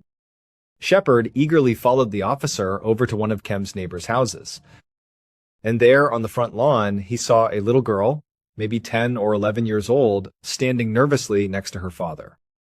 And based on what this little girl would say, along with all the evidence collected by the Bloomington Police Department and the ATF, this is a reconstruction of what authorities believe happened to Kem Winghanger on the 22nd of May 1993. At around 10:30 that morning, the killer pulled up in their car and parked on the street outside of Kem's house. They reached over and picked up a bag that was sitting on their passenger seat. Inside the bag was a partially completed pipe bomb and some tools. With the bag in hand, they got out of the car, walked up to the front door, and pulled a key from their pocket. It was the same key they had stolen from under Kem's doormat a few months earlier. They used the key to unlock the front door and let themselves inside. The killer then walked down to the basement. They took all the various items out of the bag, placed them on a counter, and got to work. The killer was not worried at all about getting caught. They knew this neighborhood very well. Everybody in this neighborhood knew them, and no one would find it suspicious to see them there at Kem's house. Plus, they knew they would have a perfect alibi for the time period when the bomb would actually go off. Once the bomb was mostly assembled, the killer gathered up most of their things. They left behind some random supplies in the basement, but they figured it didn't really matter, since the explosion would destroy all the evidence anyway. Feeling very confident in their work, the killer walked back upstairs and placed the nearly completed bomb on the floor in the foyer. And then, as they completed the final delicate steps of arming the device, they could feel sweat beading on their forehead. They knew that if they did anything wrong, if their hands slipped, the bomb would go off right there in their face. But the killer got it all done. They stood up very slowly and carefully and walked back out through the front door. But before they could get in their car and drive away, they saw one of the neighborhood girls playing in the yard next door. The girl looked up at them and waved, and she said, "Hello." And the killer, feeling like they belonged there, feeling completely invisible, just waved back. Well, that little girl remembered that interaction. And she would tell Detective Shepard exactly who she saw leaving Kem's house that morning. It was none other than Kem's ex-boyfriend and the father of her son, Dale Fosdick. Dale was very upset that Kem had broken up with him and was now with Kurt. He had also heard from Cricket, who he was still very close with, that Kurt had been talking about adopting his son. And this enraged him. He could not stand the idea that his own boy might grow up calling another man dad. So he used the electronic skills and the tools he had acquired from his hobby of building model airplanes to construct a deadly pipe bomb.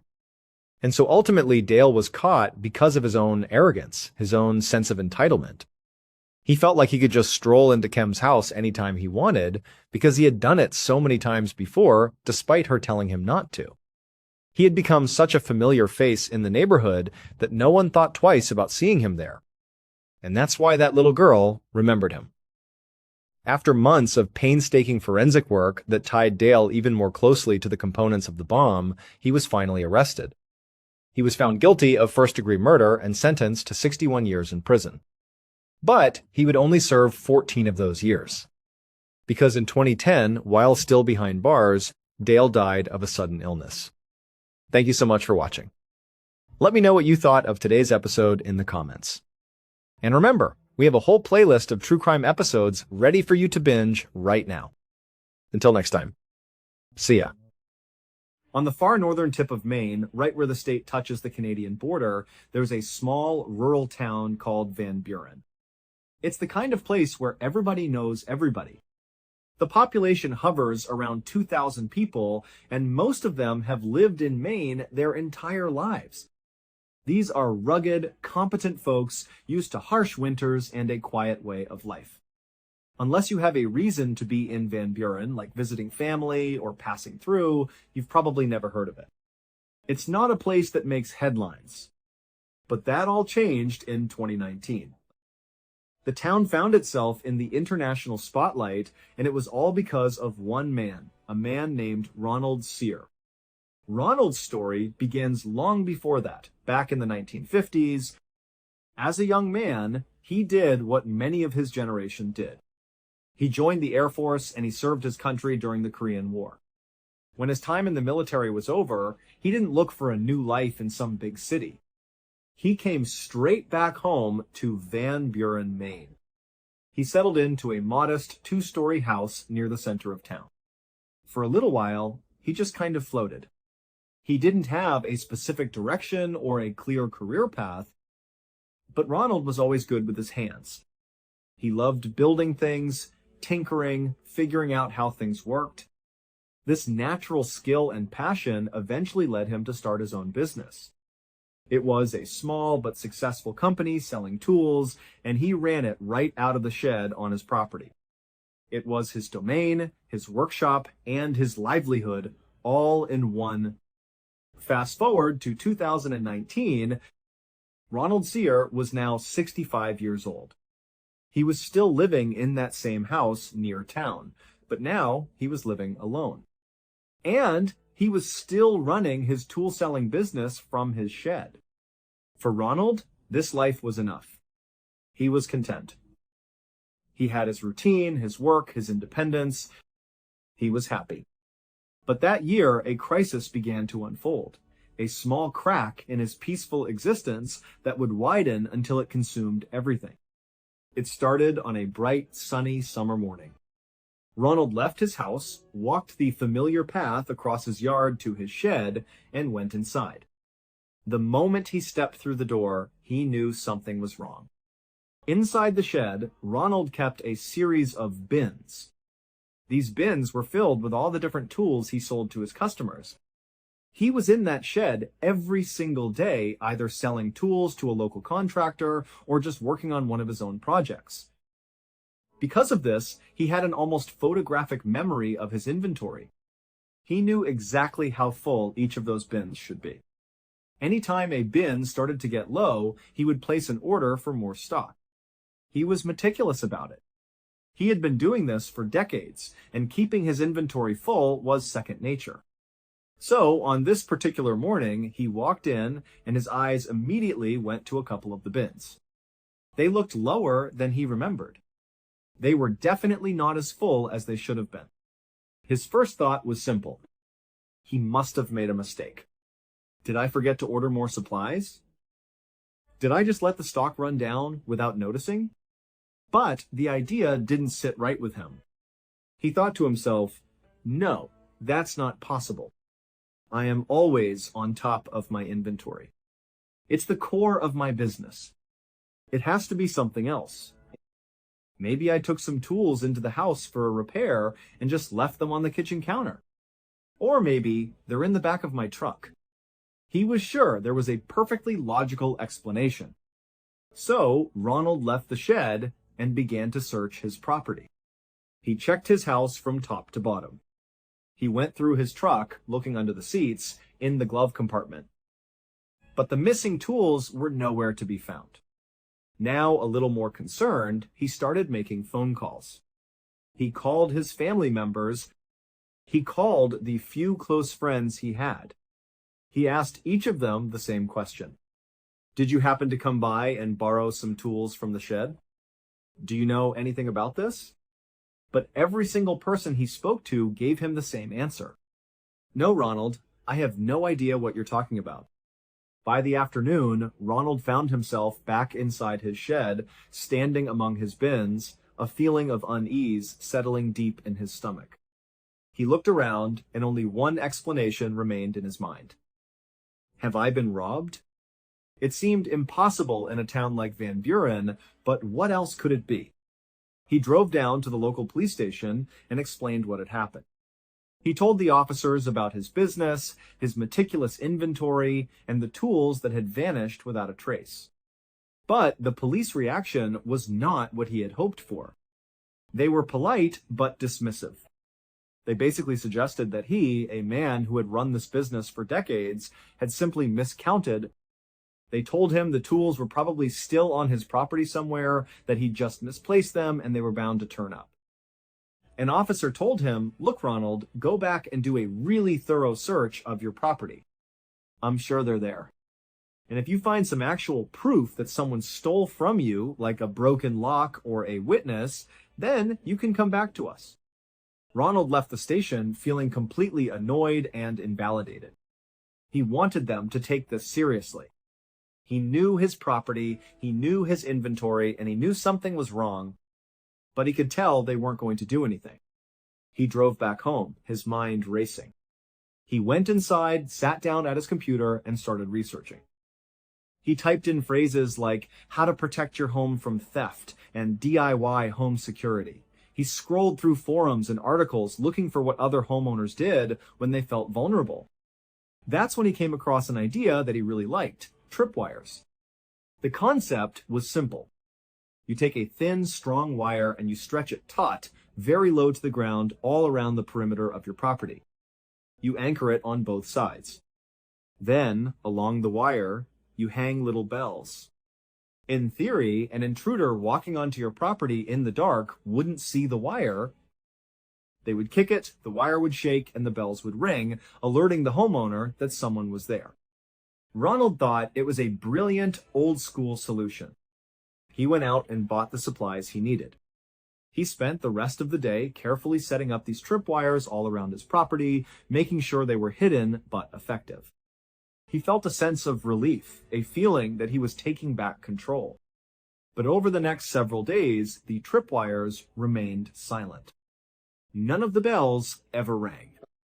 And yet, more tools continued to go missing from his shed. This was happening even though he was now making sure to lock the shed every single night. Ronald's anxiety grew. He started thinking, whoever is doing this, they're watching me. They must have seen me set up the tripwires. They know where they are, and they're stepping right over them. They must be sneaking into the shed during the day, at the exact moment I have the doors unlocked for a customer, or when I step into the house for a moment. This isn't just some kid. This is a professional thief. As Ronald obsessed over this idea of a master thief who was targeting him, a new and much deeper fear began to take hold. If he couldn't stop this person from getting into his locked shed, from outsmarting his tripwires, then how could he possibly protect himself? How could he stop them from breaking into his house? Inside his home were all of his other valuables, his cash, things that couldn't be replaced. The thought terrified him. He felt exposed, a target in his own home. He decided he had no choice but to escalate his defenses. He had to turn his home into a fortress. He went back to his computer and began Googling more extreme ways to protect a property. After discovering a number of highly effective and highly dangerous techniques, he got to work. He began building a series of complex home defense systems. He was a skilled handyman, and he put all of his knowledge and effort into this project. He set up these various systems all around his property, both inside and outside his house. And after all of his new do-it-yourself security measures were in place, something remarkable happened. The theft of his tools stopped completely. In Ronald's mind, this was all the validation he needed. His defense system had worked. He had successfully outsmarted the thief and protected his home. But this victory would not be the end of his troubles. It was only the beginning of the end. Fast forward to Thanksgiving of that year, November 28th, the Van Buren Police Department received a frantic phone call. The man on the other end of the line was Ronald Sear. He was completely hysterical, his words tumbling out in a panic. He wasn't making much sense. The dispatcher tried to calm him down, tried to understand what was going on, but all they could get from Ronald was a desperate plea for police to come to his house immediately. The police hung up and immediately dispatched a car. They remembered Ronald from the summer. They knew he had been dealing with a potential thief. Their immediate thought was that maybe he had finally caught the person red-handed. Maybe there was a confrontation, a fight, happening at his house right now. The police raced over to Ronald's house, their sirens silent so as not to spook a potential suspect. They pulled into his driveway, and at first glance, everything looked normal. Ronald's truck was parked where it always was. There were no obvious signs of a struggle or a disturbance. But then they noticed something unsettling. The front door to Ronald's house was wide open. The officers parked their cars, got out, and ran up onto the front porch. They stood in front of the open doorway and looked down. On the floor, there was a very obvious trail of blood. It started right there at the entrance and led straight back down a hallway, which then looped around to the left and disappeared from sight. Right away, the officers started yelling into the house. "Ronald? Ronald, are you okay? What's going on?" From deep inside the house, they heard a sound. It was a guttural, pained noise, and it sounded like it came from Ronald. This immediately confirmed their fears. Ronald had been hurt, and he was likely the one who had left the blood trail. The police drew their weapons and cautiously entered the house. They had no idea what they were walking into. They didn't know if an intruder was still inside, armed, and waiting for them. They moved slowly down the hall, their eyes scanning every corner, following the grim trail of blood. They rounded the corner where the hallway turned, and at the end of the trail, they found him. Ronald was sitting on the floor in his kitchen, his back slumped against some cabinets. He was clutching his midsection with both hands. He was covered in blood, and his face was completely pale. The officers immediately called for backup and for an ambulance. Then, as a security measure, one officer stayed with Ronald, while the other quickly cleared the rest of the first floor, making sure there was no one else in the house. The first floor was empty. They went upstairs, peeking into the rooms. The second floor was empty too. They rushed back down to Ronald, who was still just sitting there, barely conscious. They began administering first aid, trying to apply pressure to his wound. They tried to get him to explain what had happened, to tell them who did this to him. But Ronald was clearly in shock. He was in a daze, his eyes unfocused. He wasn't making any sense. Just a couple of minutes later, paramedics arrived. But by the time they got to him, Ronald had slipped into unconsciousness.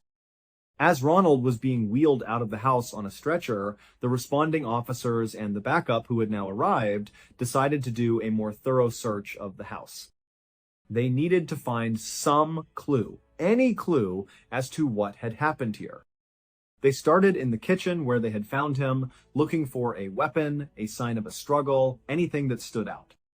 But there was nothing. They moved from the kitchen towards the living room at the front of the house. As they walked into the living room, one of the officers suddenly screamed at the top of his lungs, "Stop! Everybody stop where you are! Don't move!"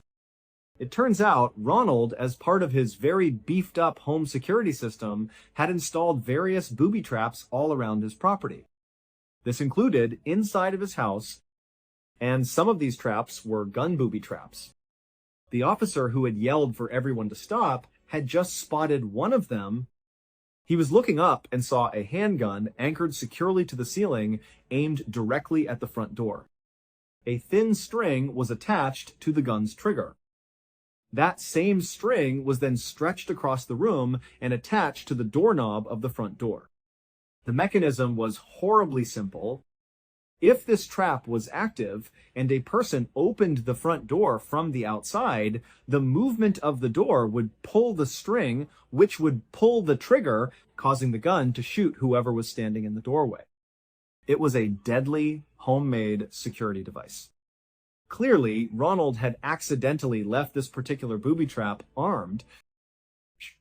When he had come home or opened his own front door for some reason, he had accidentally activated it, shooting himself in the stomach. After the officer pointed out the gun on the ceiling, everyone else started looking up. They began scanning the doorways and ceilings, and with a growing sense of horror, they realized there were other traps. In other doorways, just from where they were standing, they could see the barrels of more guns pointing down, clearly part of similar booby traps. In their haste to get inside and find Ronald, they had run right past them, completely oblivious to the danger they were in. It was a miracle that none of the other traps had been set off. Ronald was rushed to the hospital that night, but his wound was too severe. He passed away from his injury. His death was officially ruled an accident. And to this day, no one knows for sure if he really was dealing with a professional thief who was systematically stealing his tools, or if the thief was just a figment of his imagination, a product of loneliness and fear that drove him to turn his own home into a death trap. Mary Cerruti had a difficult childhood. Growing up in the 1950s and early 1960s in Houston, Texas, her family was always struggling. They barely had enough money to get by, and life was a constant challenge. Then, by the time Mary turned 21, a double tragedy struck. Both of her parents passed away, leaving her completely alone in the world with nothing to her name. After their deaths, Mary's life felt unanchored. She bounced around Houston, moving from one low-paying job to the next, just trying to stay afloat. Eventually, she met a man and fell madly in love. They got married, and for a while, it seemed like her life was finally turning around. But unfortunately, that marriage ended in divorce, leaving her heartbroken. After she managed to pick up the pieces, she met another man. Once again, she fell in love, and they too got married. It seemed like a second chance at happiness. But just like her first marriage, this one also ended in divorce. At this point, Mary was devastated by yet another heartbreak. She came to a quiet, sad conclusion. She decided that marriage just wasn't for her. She accepted that she probably wasn't going to have a family of her own. But she didn't let this realization crush her. Instead, she did something remarkable. She embraced her life as a loner. She found a new kind of contentment in her own company. Fast forward to the year 2015. Mary was now 61 years old, and she was still living alone. She lived in a small home in a Houston neighborhood that was rapidly changing. Over the past several decades, the area had begun to grow and gentrify. New modern apartment complexes were being built all the time, swallowing up the older, smaller houses. In fact, one of the apartment developers had approached Mary directly. They offered to buy her house so they could tear it down and build over her land. But Mary refused. It didn't matter how much money they offered her. She loved her little house, and she had no intention of selling it. So her house became an island, the only single-family home left on a long stretch of land, now dominated by large apartment buildings. Mary kind of liked it that way. In her diary, she wrote that her little bungalow was like her castle, and all the towering apartment buildings around her were her castle walls. Mary didn't have much contact with other people. She didn't have a consistent job, so she didn't have relationships with coworkers. She had some living family, but she had very little, if any, contact with them. And she didn't really have any friends. There was one exception, a woman who owned an arts and crafts shop in town. Mary would periodically go into town and visit the shop just to say hello and have a brief conversation. But despite all of this, Mary was not lonely. She had lots and lots of cats. She absolutely loved cats. Anytime she saw a stray cat wandering through her neighborhood, Mary would put out food and water for it. She would patiently try to coax the cat to come closer, to come into her house, and when it finally did, she would work to win the cat's trust. Once she did, she would give it a permanent place to live. She would feed it and take care of it as if it were her own child. Before long, she had dozens of cats living in the house with her. These cats became her family. They were her best friends. And because of them, she rarely, if ever, left the house. She mostly just stayed inside with them in her own little world, content and surrounded by the creatures she loved. In February of that year, one of Mary's neighbors happened to be walking by her property. They glanced over at her house and saw a stack of mail had piled up on her front porch. It was a clear sign that Mary hadn't opened her front door to get her mail in several days. The neighbor also noticed that while Mary's yard did tend to get a little overgrown from time to time, it now looked exceptionally wild. The grass was high, the trees were untrimmed. It looked like no one was even trying to take care of it. A feeling of concern washed over the neighbor. Maybe something had happened to Mary. So, the neighbor opened the gate to her fence, walked across the unkempt yard, and went up onto the porch. They knocked firmly on the front door, but there was only silence from inside.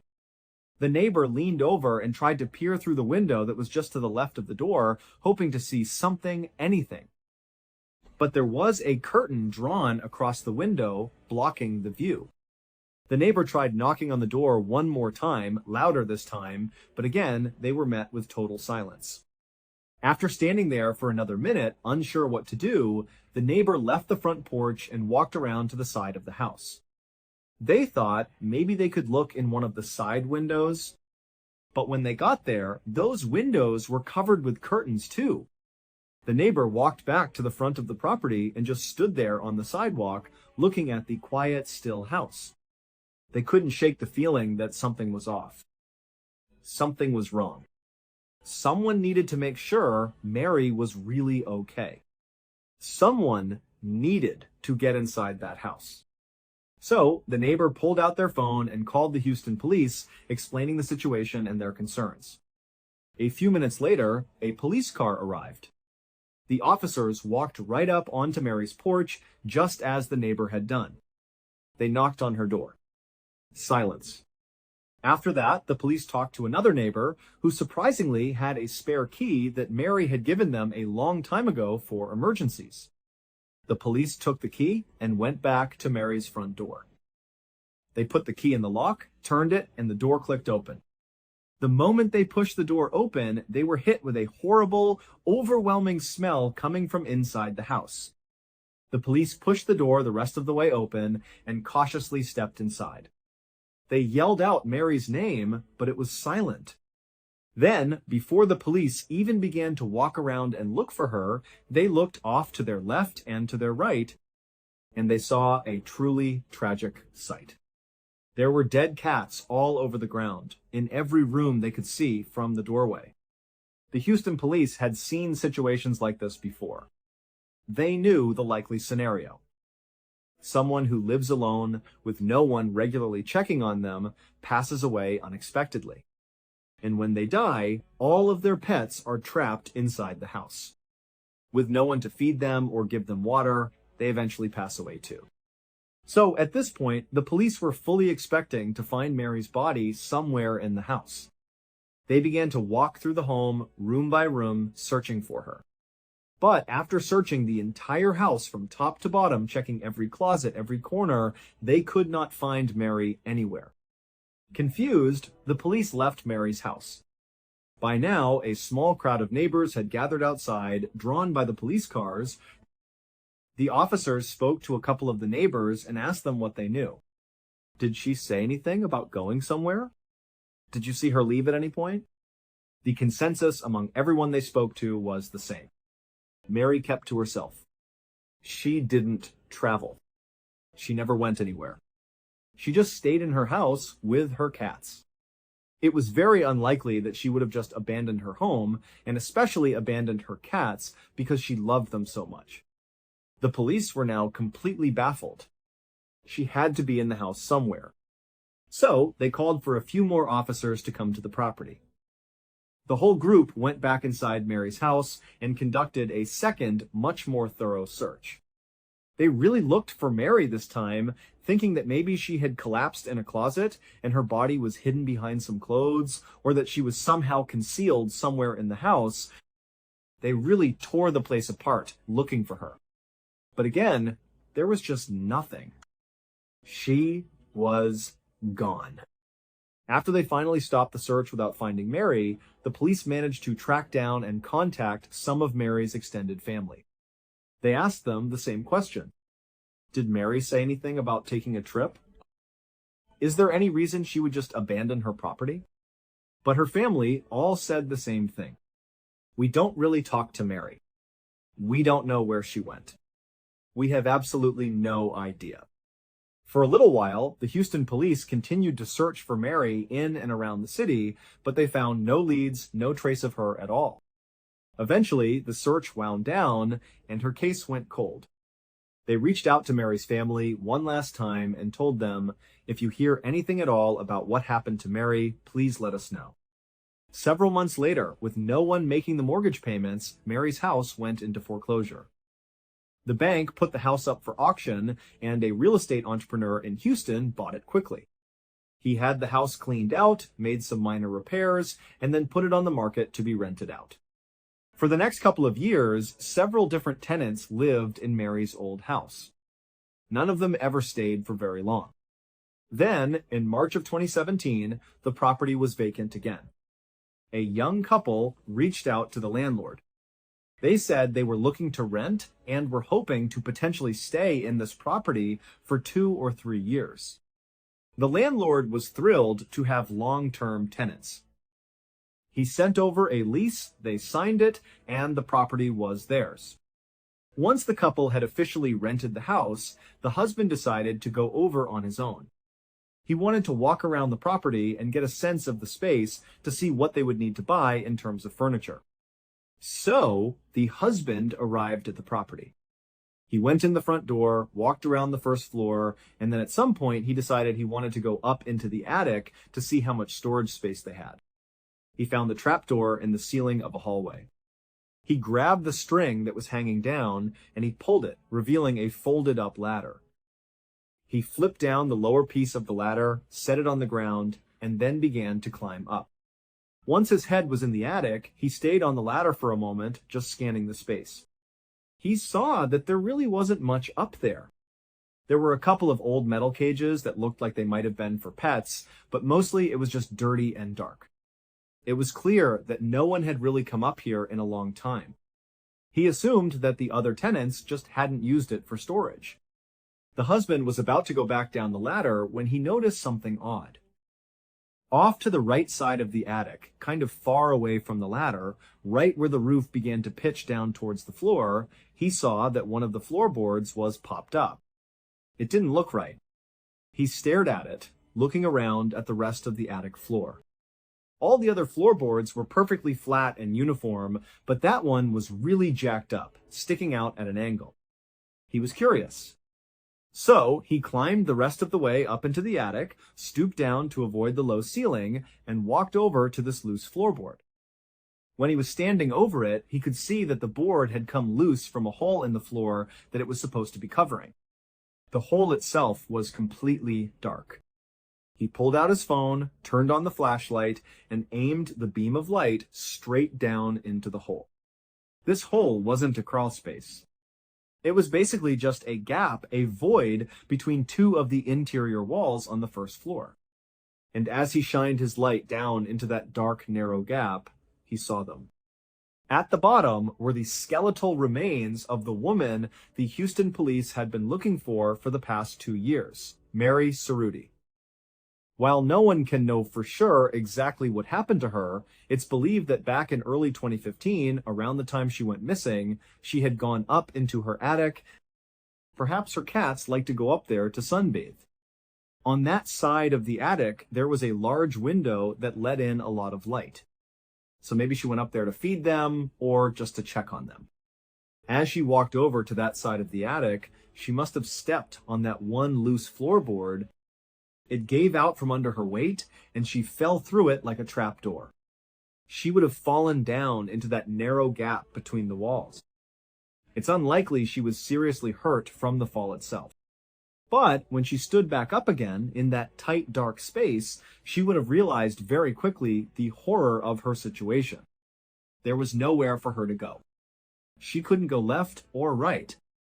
and she couldn't get back up into the attic. The opening was too far above her for her to reach.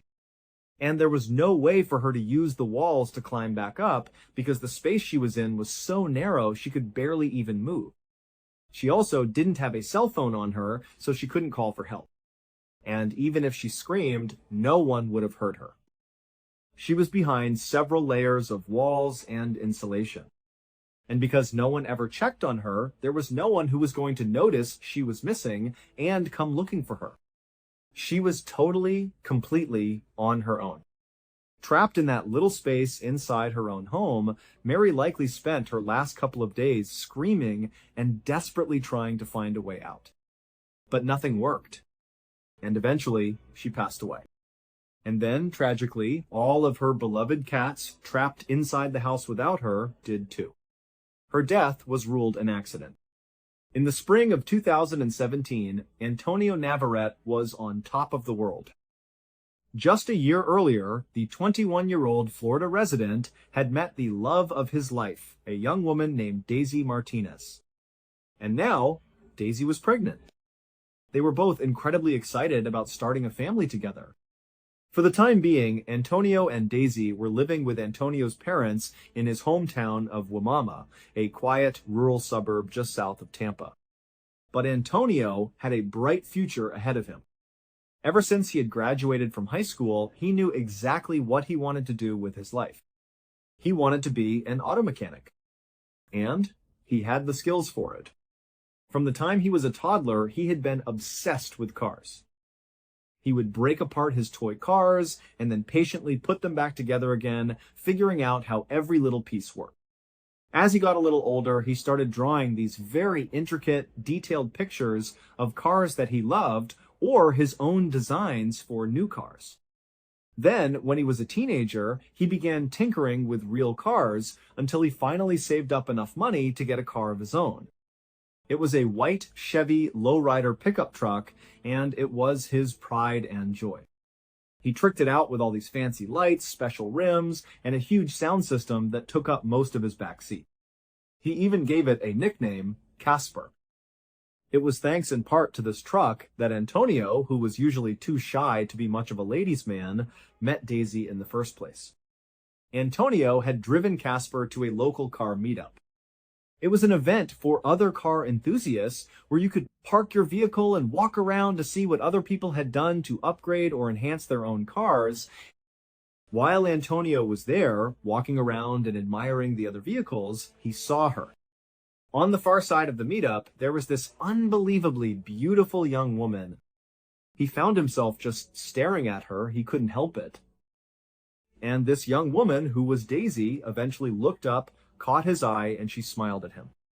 And the rest, as they say, was history.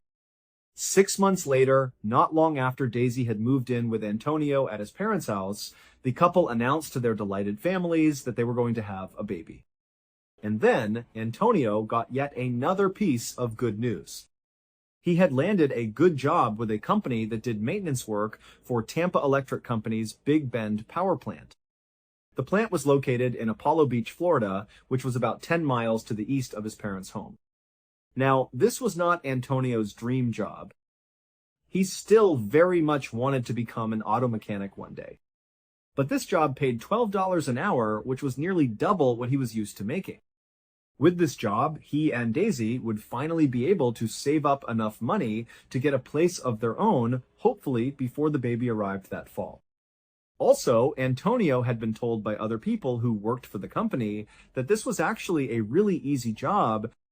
He'd heard that pretty much all you did was roll around on golf carts all day, picking up trash.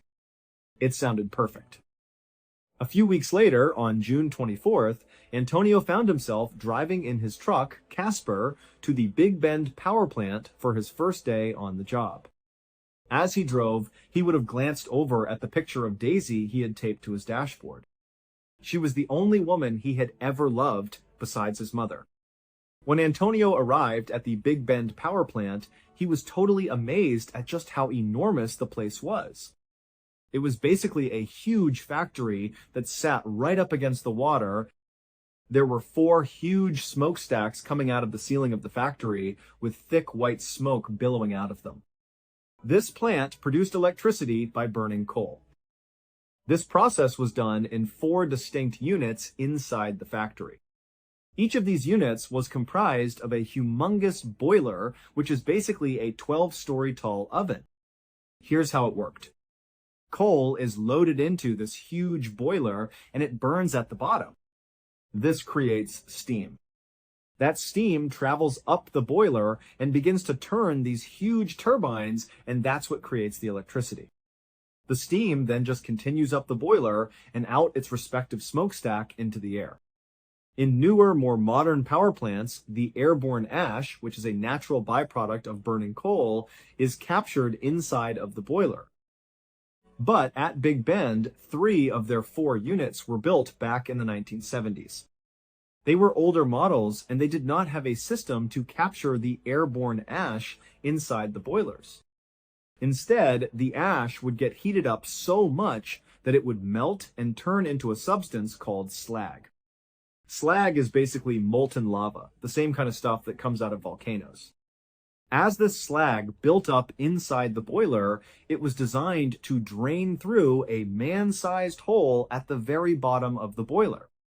Right below that hole was a 30-foot tall water tank called a cooling tank. This red-hot slag would basically dump down into that water, which would cool it off instantly, turning it into these kind of glassy, hard rocks. These rocks would then settle at the bottom of the 30-foot cooling tank. At the very bottom of the tank was a grinding mechanism. This grinder would pull these hardened, cooled-off little boulders of slag into it, crush them up, and then spit them out on the other side as little tiny bits of slag chips. These chips would then get sold for use in everything from sandpaper to roofing shingles. So, after Antonio had spent several minutes just admiring this gargantuan building he would be working in, he gathered up his things, hopped out of his truck, and headed toward the front doors.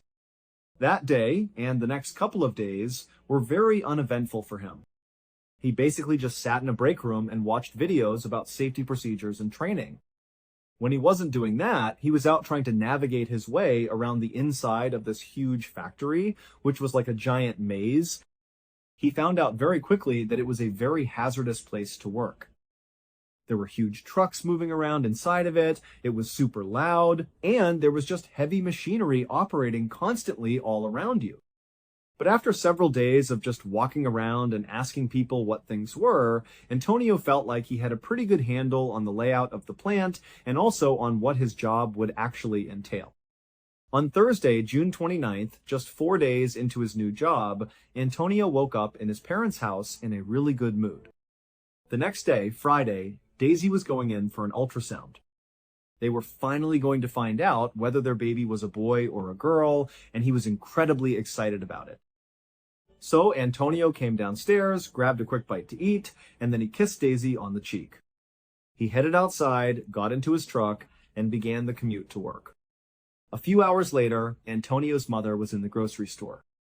She pulled her phone out of her purse, and she noticed she had a missed call from Antonio.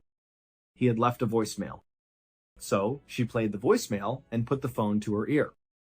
And what she heard was quite possibly the most traumatic thing a mother could ever hear from their child.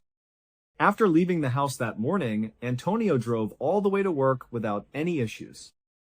He parked in the lot, he went inside the building, and initially, the day was just like any other day. He just kind of drove around the facility in a golf cart and picked up trash. That was it. But just a couple of hours into his shift, 2 fairly significant issues arose at the exact same time, both of them inside of Unit 2. In the boiler, the molten slag that was building up had somehow created a sort of plug over that man-sized hole where the slag was supposed to dump down into the water chamber. So, as more and more slag was being created as the ash melted, it wasn't draining into the chamber. All of this molten slag was just building up on top of itself inside the boiler. At the same time, down in the water chamber, in a completely unconnected issue, the slag that had previously fallen into the water, cooled and settled at the bottom, had landed in such a way that it had actually blocked the grinding mechanism. So, none of the cooled slag boulders and rocks were being ground up and expelled out the other side. They needed to fix these two issues quickly, otherwise Unit 2 would become basically ineffective and would have to be shut down. Now, the safe way to fix these two blockages would be to start by turning off Unit 2's boiler completely. Then, once it was off and had time to cool, you could drop dynamite into the boiler itself to break up the blockage over the man-sized hole. And you could send a team of workers into the water chamber after you drained it to manually chip away and move the blockage over the grinding mechanism. However, turning a boiler off at a power plant is extremely expensive. It costs a huge amount of money in lost revenue. So, the Tampa Electric Company decided to do things differently. They decided to just have their workers fix these blockages without turning the boiler off. At 4 in the afternoon, a senior plant manager rounded up 5 other employees, which included Antonio, to come with him and do these repairs inside of Unit 2. The plan was this. They would empty all the water from the cooling chamber of Unit 2. Then, once it was empty, they would open something called the doghouse door, which is a small access door on the outside of the cooling chamber towards the bottom. They would open that door up, giving them a direct line of sight into the bottom of this cooling chamber, right where the grinding mechanism was, where all those cooled slag rocks had piled up. They would then fire high-pressure water cannons into the bottom of this cooling chamber to try and dislodge these slag rocks off of the grinding mechanism. After they cleared that blockage, they would shut the doghouse door and then figure out how to deal with the blockage inside the boiler above.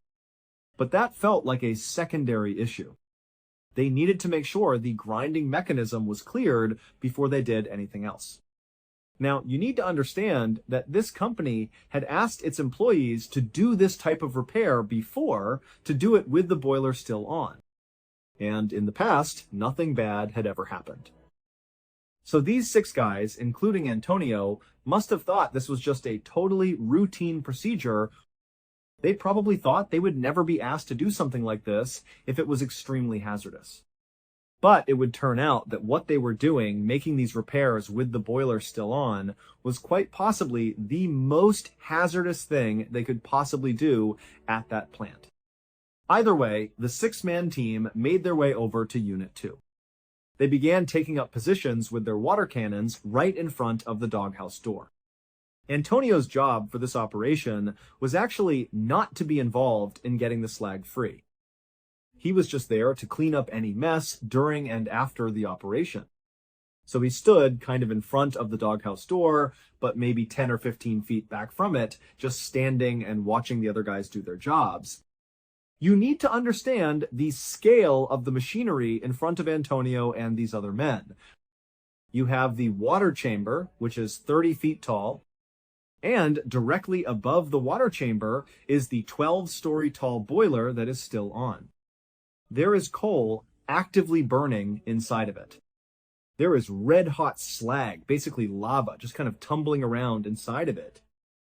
And the steam inside of this boiler is well over 1,000 degrees Fahrenheit. These men were completely dwarfed by this totally dangerous piece of machinery. But eventually, their operation began. The senior plant manager had the water chamber drained.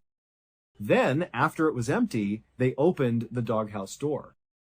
Antonio watched as the other 5 men took turns with their water cannons, firing them through the small door at the big slag rocks that were sitting on top of the grinding mechanism. It wasn't really working that well, but they were starting to make some slow progress. Antonio was likely just kind of getting bored, waiting for this to be over, because there really wasn't much for him to do. There wasn't much cleanup happening yet. And then, as he was standing there, something horrible happened. Because the boiler had been left on, all that ash was still getting melted and turned into slag. And the slag was not being drained because that plug had formed over the man-sized hole in the boiler. So you have all this molten slag that's building up and building up, getting heavier and heavier and heavier. And about 20 minutes into their cleanup operation, the immense weight of all that slag finally broke through the plug. Immediately, this created a massive opening where all this red-hot slag, this lava, came tumbling down. It fell into the empty cooling tank, rebounded off the back wall, and shot out of the open doghouse door like a tidal wave of hellfire. In seconds, thousands of gallons of this lava-like substance was all over all 6 men. It was like a wave of fire washing over them. And then, after the slag hit the ground, they were all standing in 6 inches of what was basically lava, a molten pool that stretched 40 feet in every direction. Now, unlike trying to run in mud or deep water where you're just moving slowly, every step you take in this slag, your foot basically melts into it. With every single step, your shoe melts, then your skin melts, then your bones melt into this substance. So all of these men, after immediately being hit with this stuff and literally catching on fire, likely tried to start running. But it was like their bodies were being slowly consumed by this slag feet first. Antonio tried to run, just like the rest of them, but he couldn't go anywhere. He fell onto the slag, he was laying on his side, and as he was literally melting and burning to death, he reached into his pants pocket with his free hand. He pulled his phone out, and he called his mother. She didn't pick up, and so he left her a voicemail. And all he said was, "Mom, I'm burning. Please call the cops. Please, Mom." And in the background of this voicemail, all you can hear is the horrible hissing sound of the steam and slag pouring out of the boiler. In total, 5 of the 6 men that were a part of this repair operation would be killed from this tidal wave of slag. Antonio would be one of them. Tampa Electric would end up paying out a settlement to each of the families of the deceased. Thank you so much for watching. Let me know what you thought of today's episode in the comments. And remember, we have a whole playlist of true crime episodes ready for you to binge right now. Until next time, see ya. It was a beautiful summer day in 1906, the kind of day when everything felt peaceful, almost perfect. Dr. William C. Clark and his wife Harriet were driving through the quiet roads of Northwest Connecticut, not just in search of a beautiful view, they are looking for an escape. The Clark family lives full-time in New York City. And compared to what they are used to, this place feels like a completely different world. At home, Doctor. Clark is a successful oncologist, a cancer expert, and a professor at Columbia Medical School. Their lives are busy, noisy, and always in motion. What they want now is something different. A quiet place, an untouched place. Somewhere they can escape the noise of the city.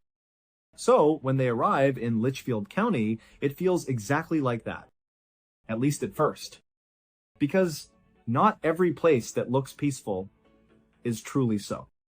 But what they are about to find hidden in those mountains will lead them to a place they could never have imagined.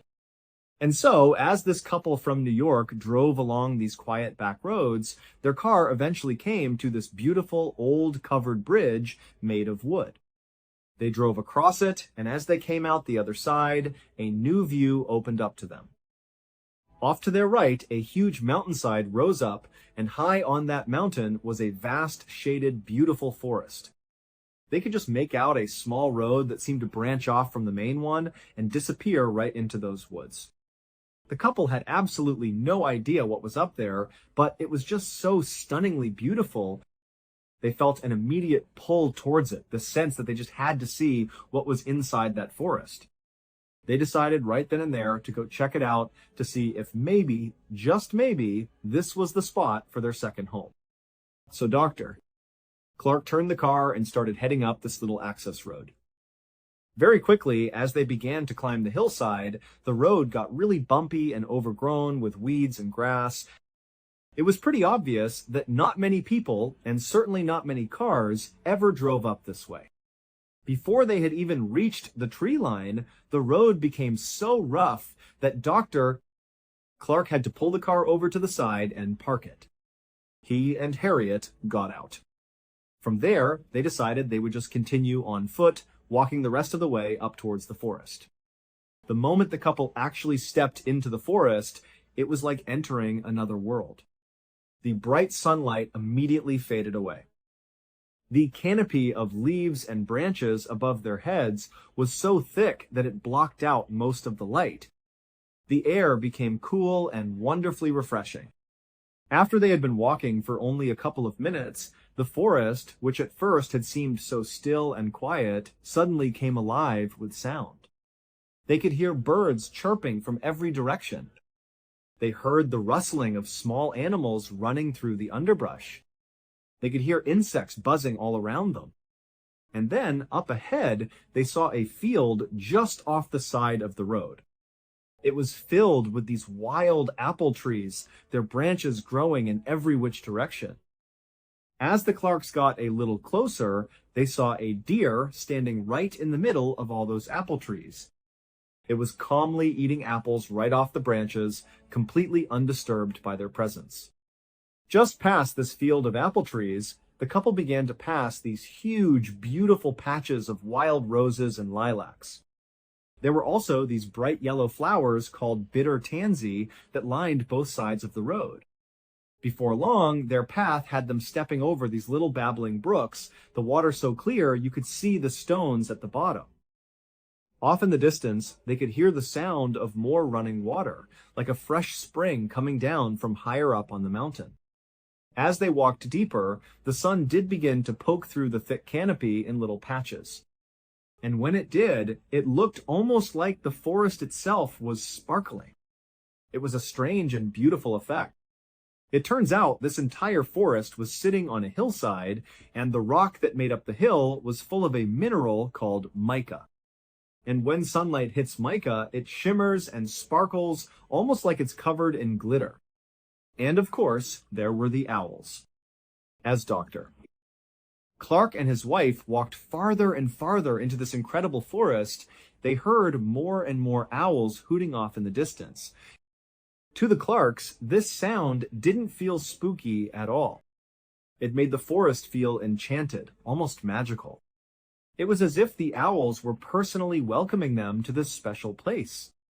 By the time the couple had turned around and started heading back down the path towards their car, their minds were already made up. They were going to build their second home right here in this forest. So, after they returned to their home in New York, they immediately put in the paperwork to purchase 1,000 acres of land inside that Connecticut forest. The forest, they learned, had a name. It was called Dark Entry. It got its name because, from the outside, the forest always looked dark. It was constantly cast in the shadows of the mountains nearby, and the canopy of trees inside was exceptionally thick. Now, at one time, there had actually been a small town located deep inside of Dark Entry Forest. But all the people who had ever lived in that town were now long gone. The only things left were a few crumbling stone walls from old property lines and a couple of home foundations, all overgrown and scattered about the forest floor. The Clarks had actually seen some of these ruins as they walked along the path, but they weren't concerned by them. In fact, they felt like the old ruins actually added a certain charm to the forest, a sense of history. After the land purchase was finalized, Dr. Clark started looking for local builders in Connecticut who could help him construct this second home. But he ran into a strange problem. No matter how much money he offered these local builders, every single one of them said no. None of them ever gave him a straight answer about why they were turning him down. They would just get a strange look on their face and refuse the job. Dr. Clark just sort of assumed it was because the project wasn't that big, it was just one house after all, and the location inside the forest was pretty isolated and hard to get to. He figured that these builders probably just thought it wasn't worth all the effort for such a small job. But Dr. Clark was not a man who was easily discouraged. He decided that if nobody else would build the house, he would just build it himself. He was a very handy and competent person. He had grown up on a farm in New Jersey, so he knew how to work with his hands and he knew how to build things. And so, for the next several months, Dr. Clark made the trip from New York City to Dark Entry Forest every single weekend. And piece by piece, he built their home. First, he cut down a huge swath of hemlock trees on a flat patch of land he had picked out. Then, with all the lumber he had just created, he built a rustic but sturdy two-story cabin right there on that flat piece of land. Nearby, on a small hilltop, there was a freshwater spring bubbling up from the ground. So he laid piping all the way from that spring down into his new cabin so that they could have fresh running water. And at the bottom of another nearby hill was a beautiful brook. Dr. Clark loved to just stand and watch this brook because it was full of trout that would dart all around in the clear water. And so, Dr. Clark built a swimming pool with these beautiful mossy embankments right up against the brook. That way, he could sit there and watch the fish for as long as he wanted. By Thanksgiving of that year, the cabin was finally done. Dr. Clark and his wife Harriet traveled out there to stay in the cabin and celebrate the holiday. As they were sitting in their new swimming pool, watching the trout swim by and listening to the owls hooting off in the distance, they both agreed that this second home was like their own little piece of heaven on earth. Every summer from then on, and for every major holiday they could get away for, the Clarks would travel to their home in Dark Entry Forest. They would swim, and they would hike, and they would just relax. They would watch the leaves on the mountainside turn from green to brilliant yellows and oranges and reds in the fall. It was absolutely perfect. That is, until the year 1918. That summer, the couple was staying at their second home in the forest when Dr. Clark was suddenly called back to New York. There was a medical emergency that he had to attend to. Harriet was very upset at the idea of being left all alone in this cabin deep in the middle of the forest by herself for who knows how many days. And so, when she dropped her husband off at the nearby train platform, she made him promise that he would come back as soon as he possibly could. He told her he would, of course. And then Dr.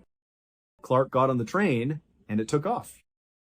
Harriet just stood there on the platform with her arms crossed, watching the train as it chugged along and disappeared into the distance. From his comfortable seat on that train, Dr. Clark had no idea that his wife was about to endure an absolute nightmare while he was gone. When the Clarks bought their 1,000 acres in Dark Entry Forest, they did almost no research on the forest itself or the surrounding area. If they had, it's very likely they would not have purchased that land. You see, the town that used to be inside of Dark Entry Forest, the one that was now just a collection of ruins that the Clarks had seen on their first walk, that town was abandoned for a very specific reason. It was cursed. At least, that's what all the locals said. And that was the real reason why no builders in the area were willing to go with Dr. Clark into the forest to build his house. They were all too scared to go anywhere near the ruins of this cursed town. This town was known as Dudleytown. It was first settled sometime in the 1740s. At first, it was just a couple of people and a few small buildings. But pretty quickly, 30 families had moved in, and for a while, it was a thriving little community. But as the 1700s started to come to a close, terrible things began to happen to the residents of this town. First, there was the Carter family. They moved to Dudleytown in 1759. Shortly after they arrived, 6 members of their family all died suddenly from cholera. The remaining members of the Carter family were so overcome with grief from their losses that they packed up and left Dudleytown. They went to New York, where they resettled. But almost immediately after getting set up in their new home, Native Americans raided their property and massacred them. The only 3 people that survived this massacre were 3 of the children, and they were all kidnapped and taken away. Then, in 1792, a Dudleytown resident named Hollister died suddenly. We don't know for sure if he fell off a roof or if he was murdered. No one really knows for certain. But what everyone could agree on was that his untimely death happened in the home of another resident, a man named Tanner. And following Hollister's death, Tanner suddenly began talking obsessively about these strange creatures he was seeing out in the woods at night. He said they were kind of roaming around the edges of Dark Entry Forest. He talked about it all the time to anyone who would listen, but nobody really paid him any mind. And eventually, Tanner went completely insane. His daughter had to care for him for the rest of his life. While Tanner was slowly losing his mind, his next-door neighbor, a man named Abel, also began reporting that he was seeing weird creatures roaming around the tree line, all around the town. And as Abel continued to report seeing these strange creatures lurking in the shadows, he too slowly went mad and had to be cared for until his death. In the early 1800s, a famous Revolutionary War hero named General Herman Swift, who lived in Dudleytown, lost his mind shortly after his wife was tragically struck by lightning and killed. Then, in 1813, some kind of unknown epidemic rolled through Dudleytown and killed many of its residents. After that, it seemed like more and more residents of Dudleytown either died suddenly or died under mysterious circumstances. And at the same time, more and more residents began coming forward with their own stories about having seen these strange, shadowy creatures moving around the edge of the tree line at night. By about the year 1900, all of the Dudleytown residents had either died or they had simply just left, abandoning their homes for good. All except for one family, the Brophies. But then, in quick succession, the Brophy family's sheep all died. Then, the mother died of tuberculosis. Then, the two sons were accused of theft in a nearby town, and then they just disappeared.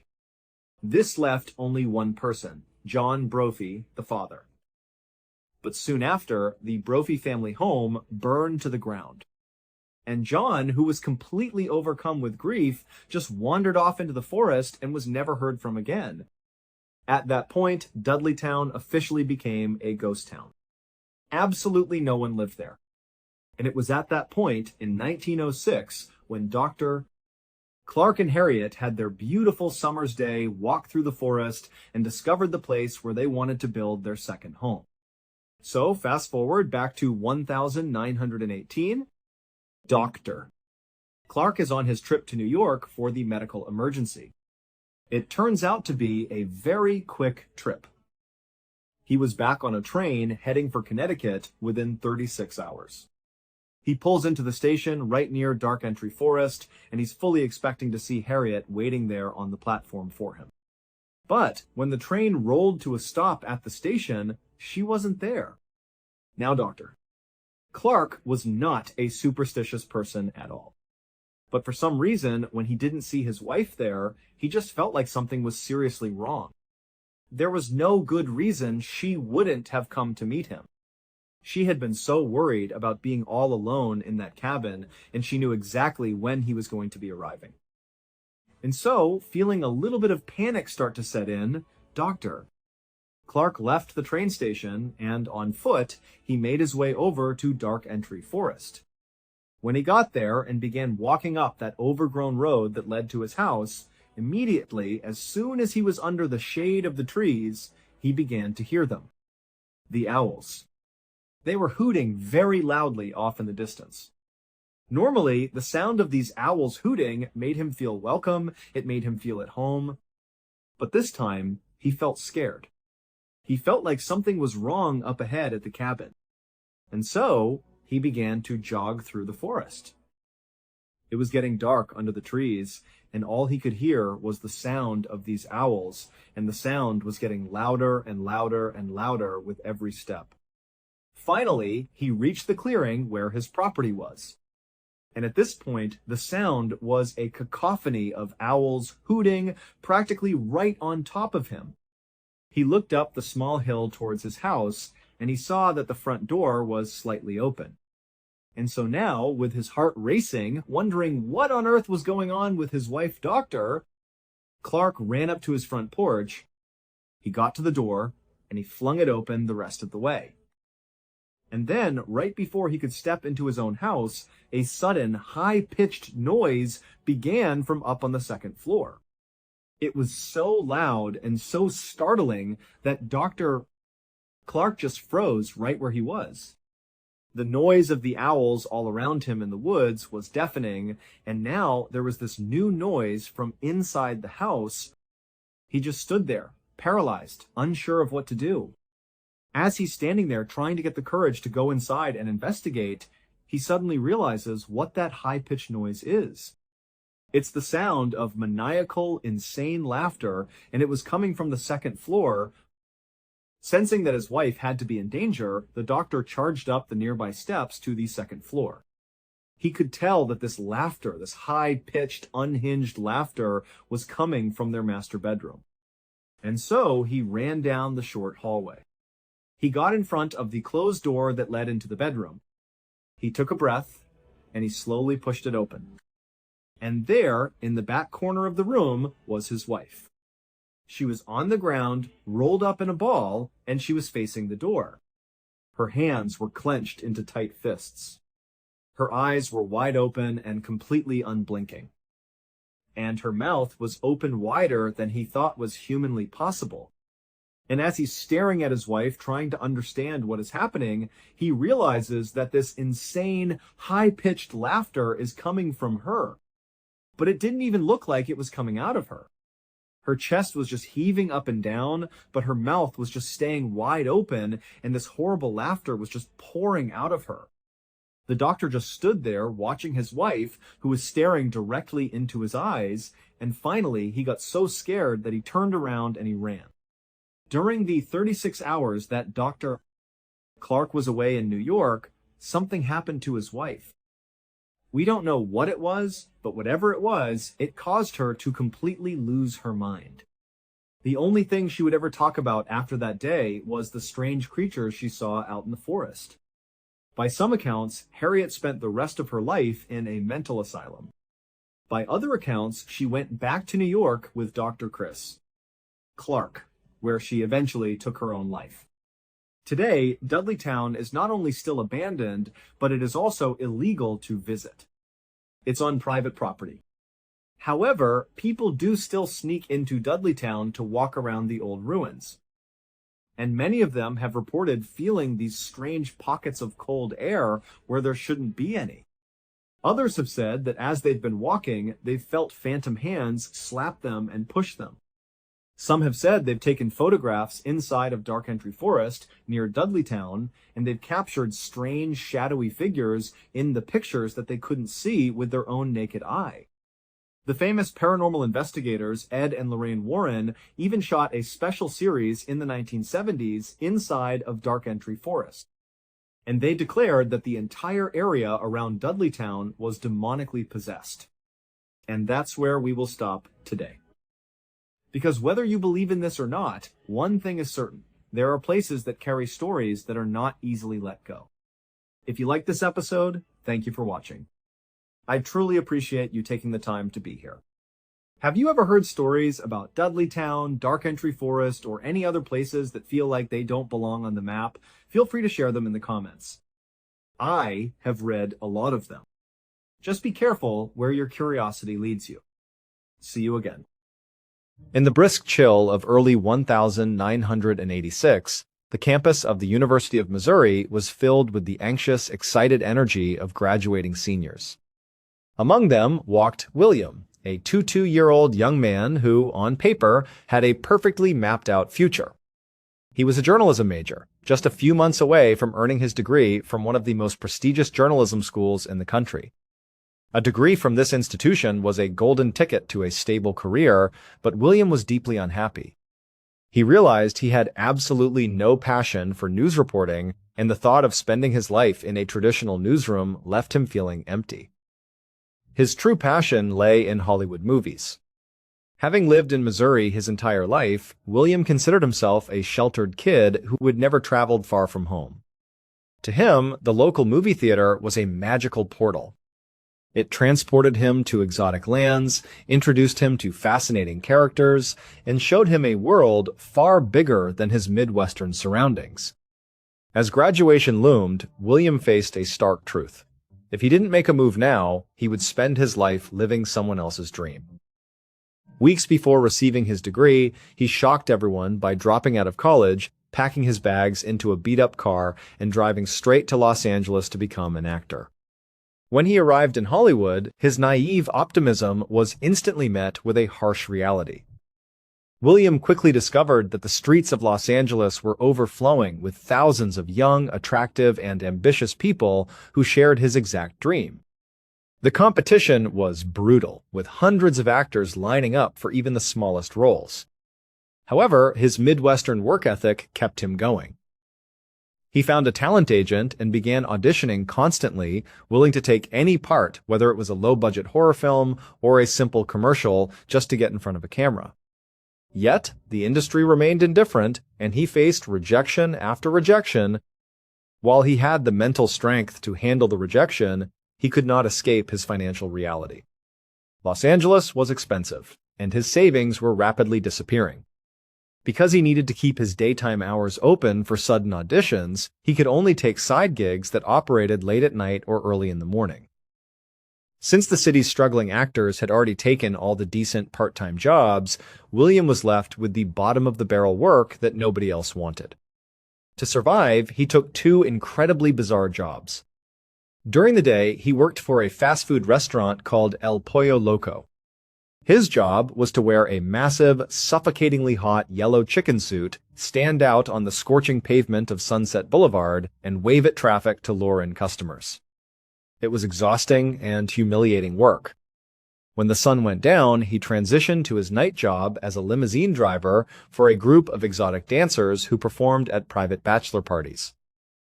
He wasn't just a driver. He also had to enter the venues to act as their bodyguard, manage the music as a mobile DJ, and eventually clean up the cash and scattered clothing left behind before driving the exhausted dancers home at dawn. Initially, William accepted this chaotic life as a temporary rite of passage. But as the months dragged on, the struggling artist romanticism faded.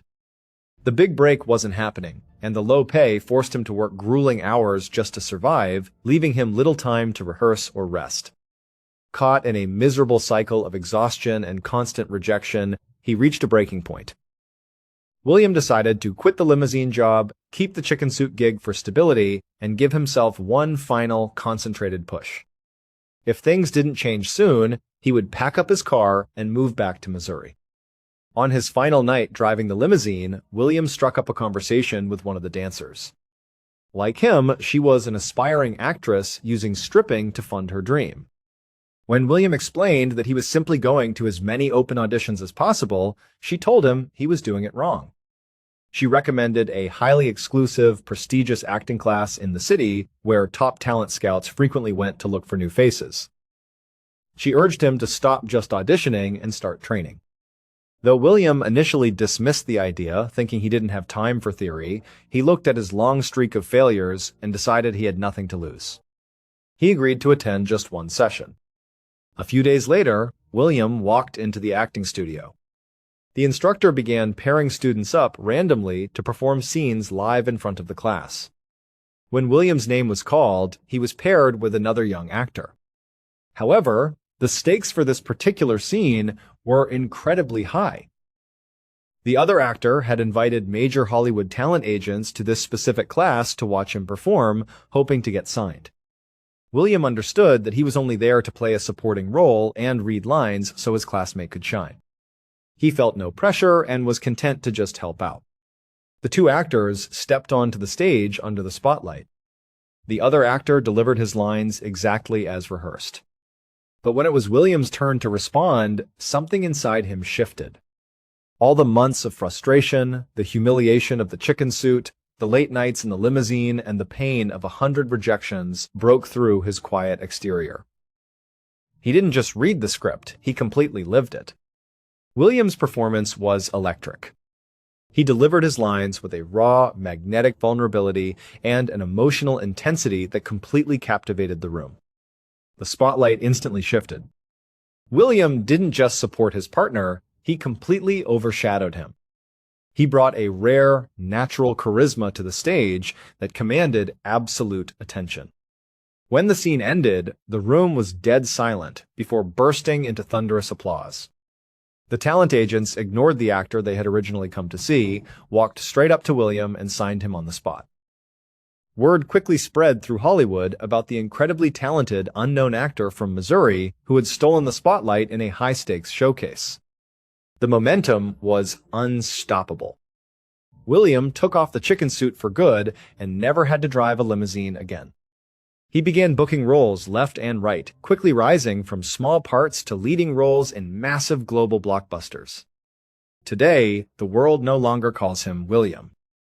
Instead, he is known globally by his middle name, an international cinema icon, Academy Award winner, and one of the most celebrated movie stars to ever live, Brad Pitt.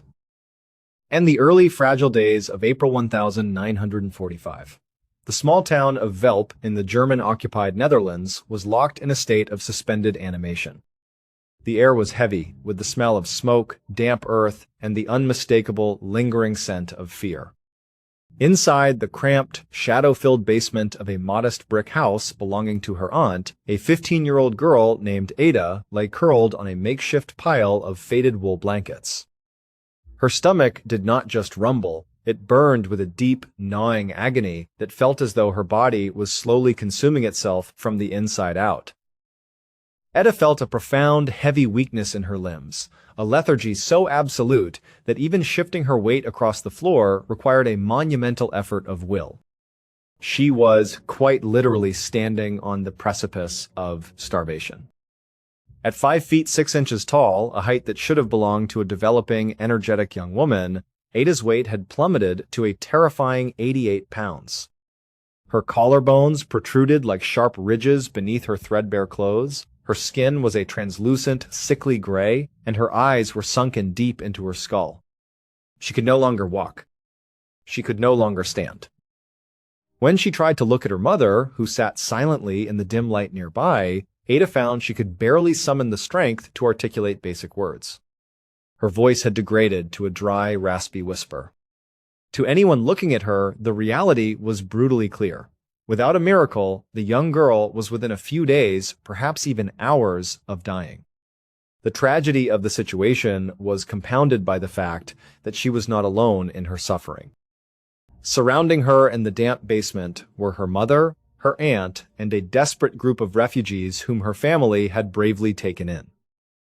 They sat shoulder to shoulder in the dark, their faces hollow, their own bodies wasting away. They watched Etta fade with breaking hearts, yet there was absolutely nothing they could do. There was no secret stash of bread, no hidden sack of potatoes, and no medicine to soothe her failing organs. The entire household, like millions of others across the Netherlands, had run out of food weeks ago. To make this nightmare even more unbearable, the basement was not just a shelter from hunger, it was a prison. Ada, her family, and the refugees had been completely trapped beneath the floorboards for months. Stepping outside into the daylight was not an option. It was an automatic death sentence. Outside, the closing chapters of World War II were raging across the Dutch countryside with apocalyptic fury. The town of Velp had become a chaotic battleground as the retreating Nazi forces clashed with the advancing Allied armies. Day and night, the ground above the basement trembled. Artillery shells screamed through the air, bombs shattered nearby homes into rivers of brick and dust, and the sharp, rhythmic crackle of machine gun fire echoed down the streets. To venture out in search of a stray turnip or a cup of clean water meant risking a stray bullet or being obliterated by falling debris. They were entirely cornered, caught between the invisible specter of starvation inside and the violent inferno outside. It had not always been this way. 5 years earlier, before the darkness of the war completely swallowed her world, the Netherlands had been a place of color and music for Ada. When the Nazi regime first invaded and occupied her homeland in 1940, she had been a vibrant, joyful 11-year-old girl. She was blessed with an abundance of natural grace and possessed a singular burning dream. She wanted to become a professional, world-class ballet dancer. She lived for the stage, spending hours practicing her postures, her leaps and her turns. Because she was so young when the gray uniformed soldiers first marched into her town, she didn't fully comprehend the geopolitical catastrophe unfolding around her. To a child, the occupation was an uncomfortable nuisance, a shadow that dimmed the lights but hadn't yet destroyed the house. That childhood innocence shattered completely when the reality of Nazi brutality struck her own family. Ada's uncle was a prominent, highly respected Dutch count and an outspoken anti-Nazi activist. He refused to sit idly by while his country was subjugated. Eventually, his underground activities were discovered by the Gestapo. He was arrested, imprisoned, and, without a fair trial, executed by a Nazi firing squad. The murder of her beloved uncle acted as a profound catalyst for Ada. The grief twisted into a fierce, unyielding determination. She looked at the world around her with newly opened eyes and realized that she could not remain a passive bystander while an oppressive regime tore her country apart. Despite her youth, she chose to fight back. Ada threw herself into the dangerous, secretive world of the Dutch resistance. She realized that her training as a ballerina could be used as a weapon against the occupiers. She began performing in covert underground ballet recitals held in darkened basements and hidden rooms across the region. These events, known as blackout performances, were strictly illegal. The audiences sat in absolute silence, never clapping for fear of alerting the German patrols patrolling the streets outside. The money raised from these hushed recitals was funneled directly into the resistance movement to forge documents, buy supplies, and finance underground operations. But Ada did not stop at dancing. Her innocent, youthful appearance made her the perfect courier. She routinely volunteered to smuggle illegal resistance newspapers, tightly folding the forbidden print and hiding it inside her ballet slippers or the linings of her coats. She rode her bicycle across town, navigating past German checkpoints with a calm, smiling demeanor that masked a racing heart. She knew that if a single soldier decided to search her bags, she would be executed on the spot. As the war intensified, her defiance grew. She successfully convinced her mother and aunt to convert their home into a safe house, taking in and concealing Jewish refugees and downed Allied pilots, hiding them beneath the very floorboards where she now lay dying. Every day was a high-stakes game of survival, but it gave Ada an intense sense of purpose. She was no longer just a helpless girl caught in a war, she was a participant, actively striking blows against tyranny. Then came the catastrophic winter of 1944. Following a major Allied airborne operation known as Market Garden, the Dutch railway workers went on strike to cripple the German military's movements. In a fit of cruel retaliation, the Nazi administration completely blocked all food and fuel transports into the western and northern parts of the Netherlands. This triggered what would forever be remembered as the Hunger Winter.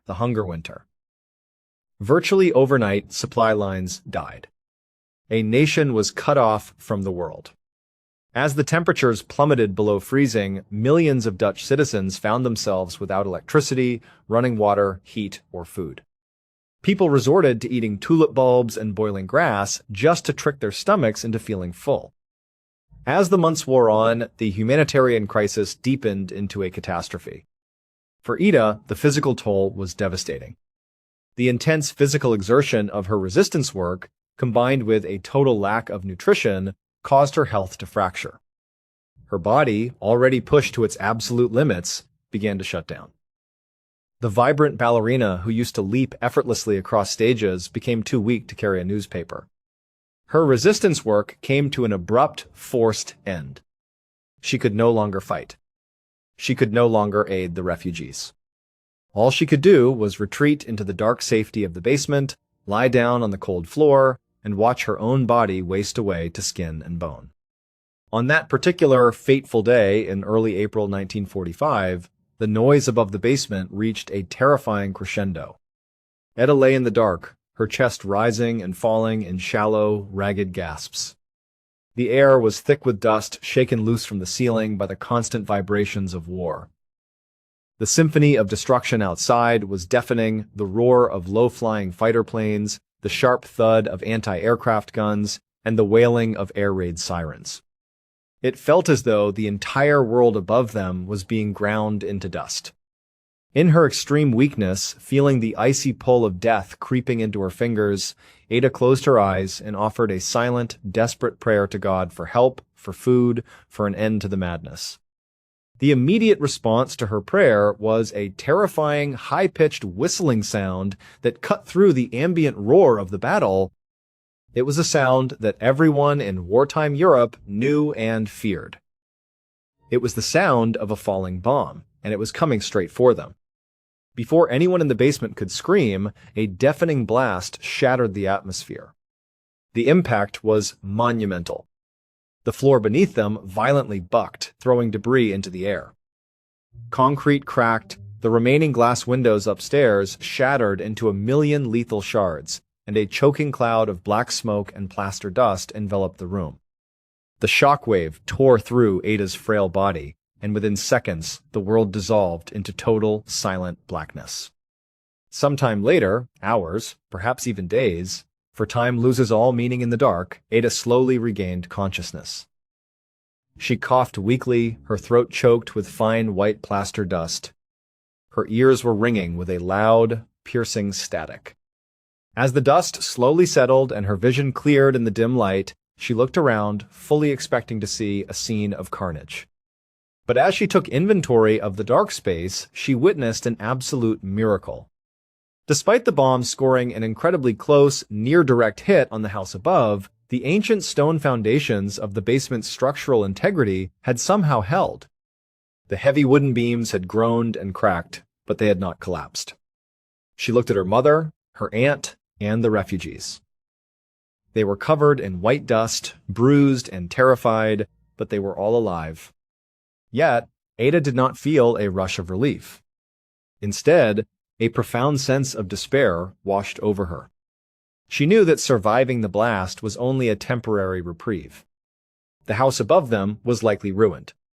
They were still starving, she was still too weak to move, and the German soldiers were likely closing in.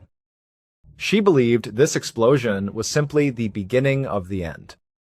However, as she lay there, waiting for the next bomb to fall, she noticed something highly unusual. For months, the background track of her life had been an unbroken wall of noise, guns, engines, screams, and explosions. But right now, as she listened intently, the world was completely devoid of sound. The silence was heavy, profound, and absolute. There were no planes overhead. There were no artillery shells shaking the earth. There was no gunfire echoing down the cobblestone streets. The violent storm that had raged for years had suddenly, inexplicably, vanished. An uneasy, confused quiet fell over the refugees and her family. They exchanged panicked, uncomprehending glances. Was this a trap? Was the enemy waiting outside? Eventually, the agonizing silence pushed them to action. Driven by a desperate need to know what had happened, Ida's mother walked over to her daughter. Gathering her own remaining strength, she carefully lifted Ida's frail 88-pound frame into her arms, cradling her like a child. Together, the small group of survivors slowly walked up the debris-strewn basement stairs and stepped out into the open air for the first time in months. When their eyes adjusted to the bright morning sunlight, the sight that met them was overwhelming. The streets of Velp were not filled with gray Nazi uniforms. Instead, they were lined with British and Canadian Allied soldiers, their tanks and military trucks painted with white stars. The local Dutch townspeople, who had been hiding in their own cellars, were pouring out into the thoroughfares. People were weeping openly, falling to their knees, throwing their arms around the soldiers and waving red, white, and blue Dutch flags that had been hidden away for 5 long years. Voices shouted through the streets, carrying a single beautiful realization. It's over. We are free! Allied soldiers had successfully liberated the city. The German occupation was broken. As Ada watched the celebration from her mother's arms, the timing of it all struck her with immense weight. If that Allied bomb had struck just a few feet to the left, her family would have been crushed. If the war had dragged on for just 48 hours longer, her malnourished body would have given up, and she would have died a nameless casualty in that dark cellar. Against all mathematical odds, she had survived to see the dawn of freedom. Within weeks of Velp's liberation, the Allied forces systematically dismantled the remaining Nazi strongholds across Europe. Germany surrendered, and World War II came to an official end. The world began the long, painful process of healing, and so did Ada. The physical scars of the war, however, ran deep. Although she was slowly nursed back to health with the help of international relief organizations, the prolonged period of severe starvation and the injuries she sustained during the occupation had done permanent damage to her body. Her respiratory system was compromised, and her muscle development had been severely disrupted during crucial years of growth. When she finally returned to the dance studio, she had to face a heartbreaking reality. Her body could no longer handle the extreme, punishing demands of a professional, full-time prima ballerina. Her childhood dream was dead. But the spirit that had carried her through the Dutch resistance refused to be crushed. Realizing that one path was closed, she pivoted with grace. She began taking jobs as a fashion model to support her family, her striking aristocratic features and slender frame catching the eyes of photographers. Soon after, she tried her hand at acting, finding that the intense discipline, emotional depth, and poise she had developed during the terrifying years of the war translated beautifully to the stage and screen. She eventually left Europe behind and moved to the United States, targeting the heart of the entertainment world, Hollywood. In 1953, a mere 8 years after she had been a starving, skeletal 15-year-old girl waiting for death in a dusty Dutch basement, she was cast as the lead actress in a romantic comedy called Roman Holiday. Playing opposite Gregory Peck, her performance captured the hearts of audiences worldwide. She exuded a rare, luminous charm, a quiet strength, and an unmistakable elegance that set her completely apart from the typical Hollywood stars of the era. The film was a triumph, and for her very first major role, she won the Academy Award for Best Actress. The horrors of World War II had taken an immense toll on her life. It had stolen her uncle, threatened her family, and destroyed her ultimate dream of ballet. Yet, the brutal crucible of the war had also gifted her with a profound empathy, an unbreakable resilience, and a deep appreciation for the fragility of human life. These qualities not only made her one of the most successful, iconic, and revered actresses in the history of cinema, but they also guided her later years, during which she stepped away from the cameras to travel the world as a deeply dedicated UNICEF Goodwill Ambassador, fighting to save starving children in war-torn regions just as she had been saved.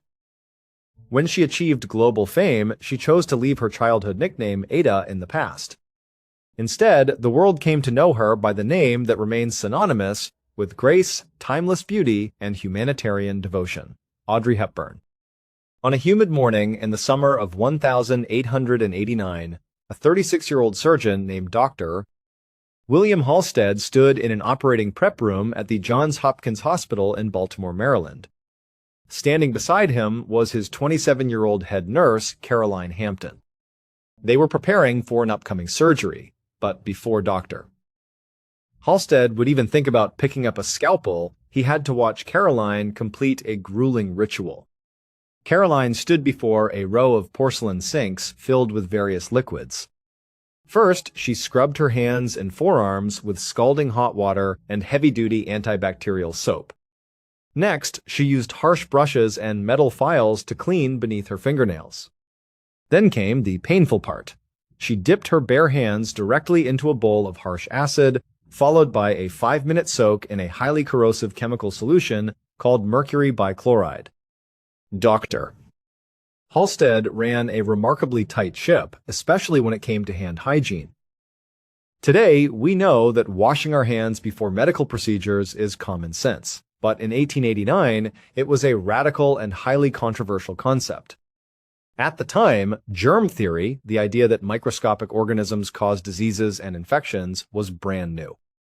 Most doctors flatly rejected it. Surgeons would routinely walk from an autopsy room straight into a delivery room without washing their hands or cleaning their tools, completely unaware that they were carrying deadly bacteria to their patients. Dr. Halstead, however, was a firm believer in germ theory. He was obsessed with cleanliness, which is why he created this brutal multi-step scrubbing routine for his surgical team. While other hospitals across the United States suffered from terrifyingly high post-surgery infection rates, Dr. Halstead's department boasted some of the lowest mortality rates in the country. His methods worked beautifully, but they came at a severe physical cost to his staff. The chemicals they used were toxic, eating away at human skin day after day. On this particular morning, as Dr. Halstead watched Caroline let her hands air dry, he noticed just how badly she was hurting. Her hands and forearms were covered in angry red blisters, raw rashes, and painful cracked skin. It was a terrible sight, and Dr. Halstead felt a deep pang of guilt. He felt guilty for two reasons. First, Caroline was an incredible worker. Despite the immense pain the daily chemical baths caused her, she never once complained. She followed his strict rules flawlessly, which was exactly why he had promoted her to head nurse. She possessed an iron will and a profound dedication to her job. But the second, much deeper reason for his guilt was a secret he kept buried in his heart. Dr. Halstead was madly in love with Caroline. He had never told her how he felt. He believed he was too old for her, and he assumed a brilliant, capable woman like Caroline would never be interested in a serious, work-obsessed surgeon like himself. So he loved her from afar, keeping his feelings strictly professional while remaining intensely protective of her. Watching the woman he secretly adored destroy her skin every day just to satisfy his protocols was tearing him apart. For the first time, Dr. Halstead began to question his own system. He desperately wanted to tell Caroline that she could skip the chemical scrub to let her hands heal, but he was trapped by his own reputation. He was the leading champion of germ theory in America. If he made a special exception for his head nurse, word would spread, his credibility would be ruined, and his staff would stop taking the hygiene rules seriously. He needed a workaround, a solution that would protect Caroline's hands without compromising the sterile environment of his operating room. Months passed, and as the calendar turned to early 1890, Dr. Halstead sat alone in his office. On his desk lay a small, neatly wrapped package that had just arrived. He looked at it with a mixture of nervous anticipation and intense hope. For nearly a year, he had been trying to solve his dilemma. Finally, he had come up with an out-of-the-box idea and reached out to the Goodyear Rubber Company to see if they could manufacture a highly specific prototype. Dr. Halstead tore open the package. Inside were two strange, thin, flexible objects made of dark, vulcanized rubber. Without wasting a single second, he grabbed them, hurried out of his office, and marched down the hallway to the operating prep room. As expected, he found Caroline standing by the sinks, lifting her raw, blistered hands to begin the agonizing scrubbing process. Dr. Halstead stepped forward and gently stopped her.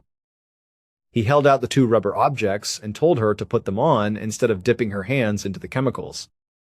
Caroline looked at the strange items, looked at her bleeding hands, and with a confused but trusting nod, pulled them over her fingers. Within just 1 week, the results were undeniable.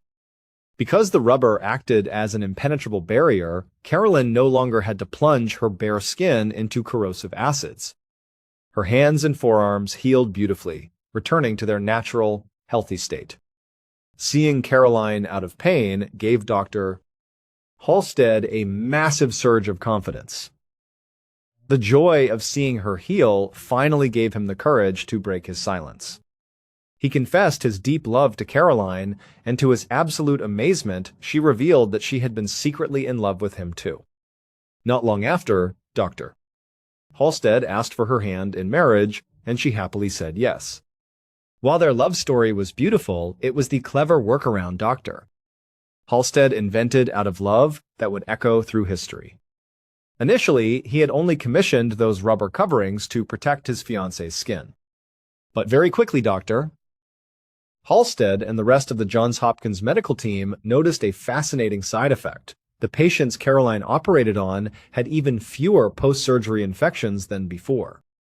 The medical community realized that these rubber barriers didn't just protect the nurse's skin from chemicals, they also protected the patient from any stray germs remaining on a human hand. Soon, every surgeon, nurse, and doctor across the globe adopted the practice. Because a brilliant doctor fell deeply in love with his head nurse, he inadvertently created one of the most widely used and life-saving medical tools in human history. The world's very first pair of rubber surgical gloves. Thank you so much for watching. Let me know what you thought of today's episode in the comments. And remember, we have a whole playlist of true crime episodes ready for you to binge right now. Until next time, see ya.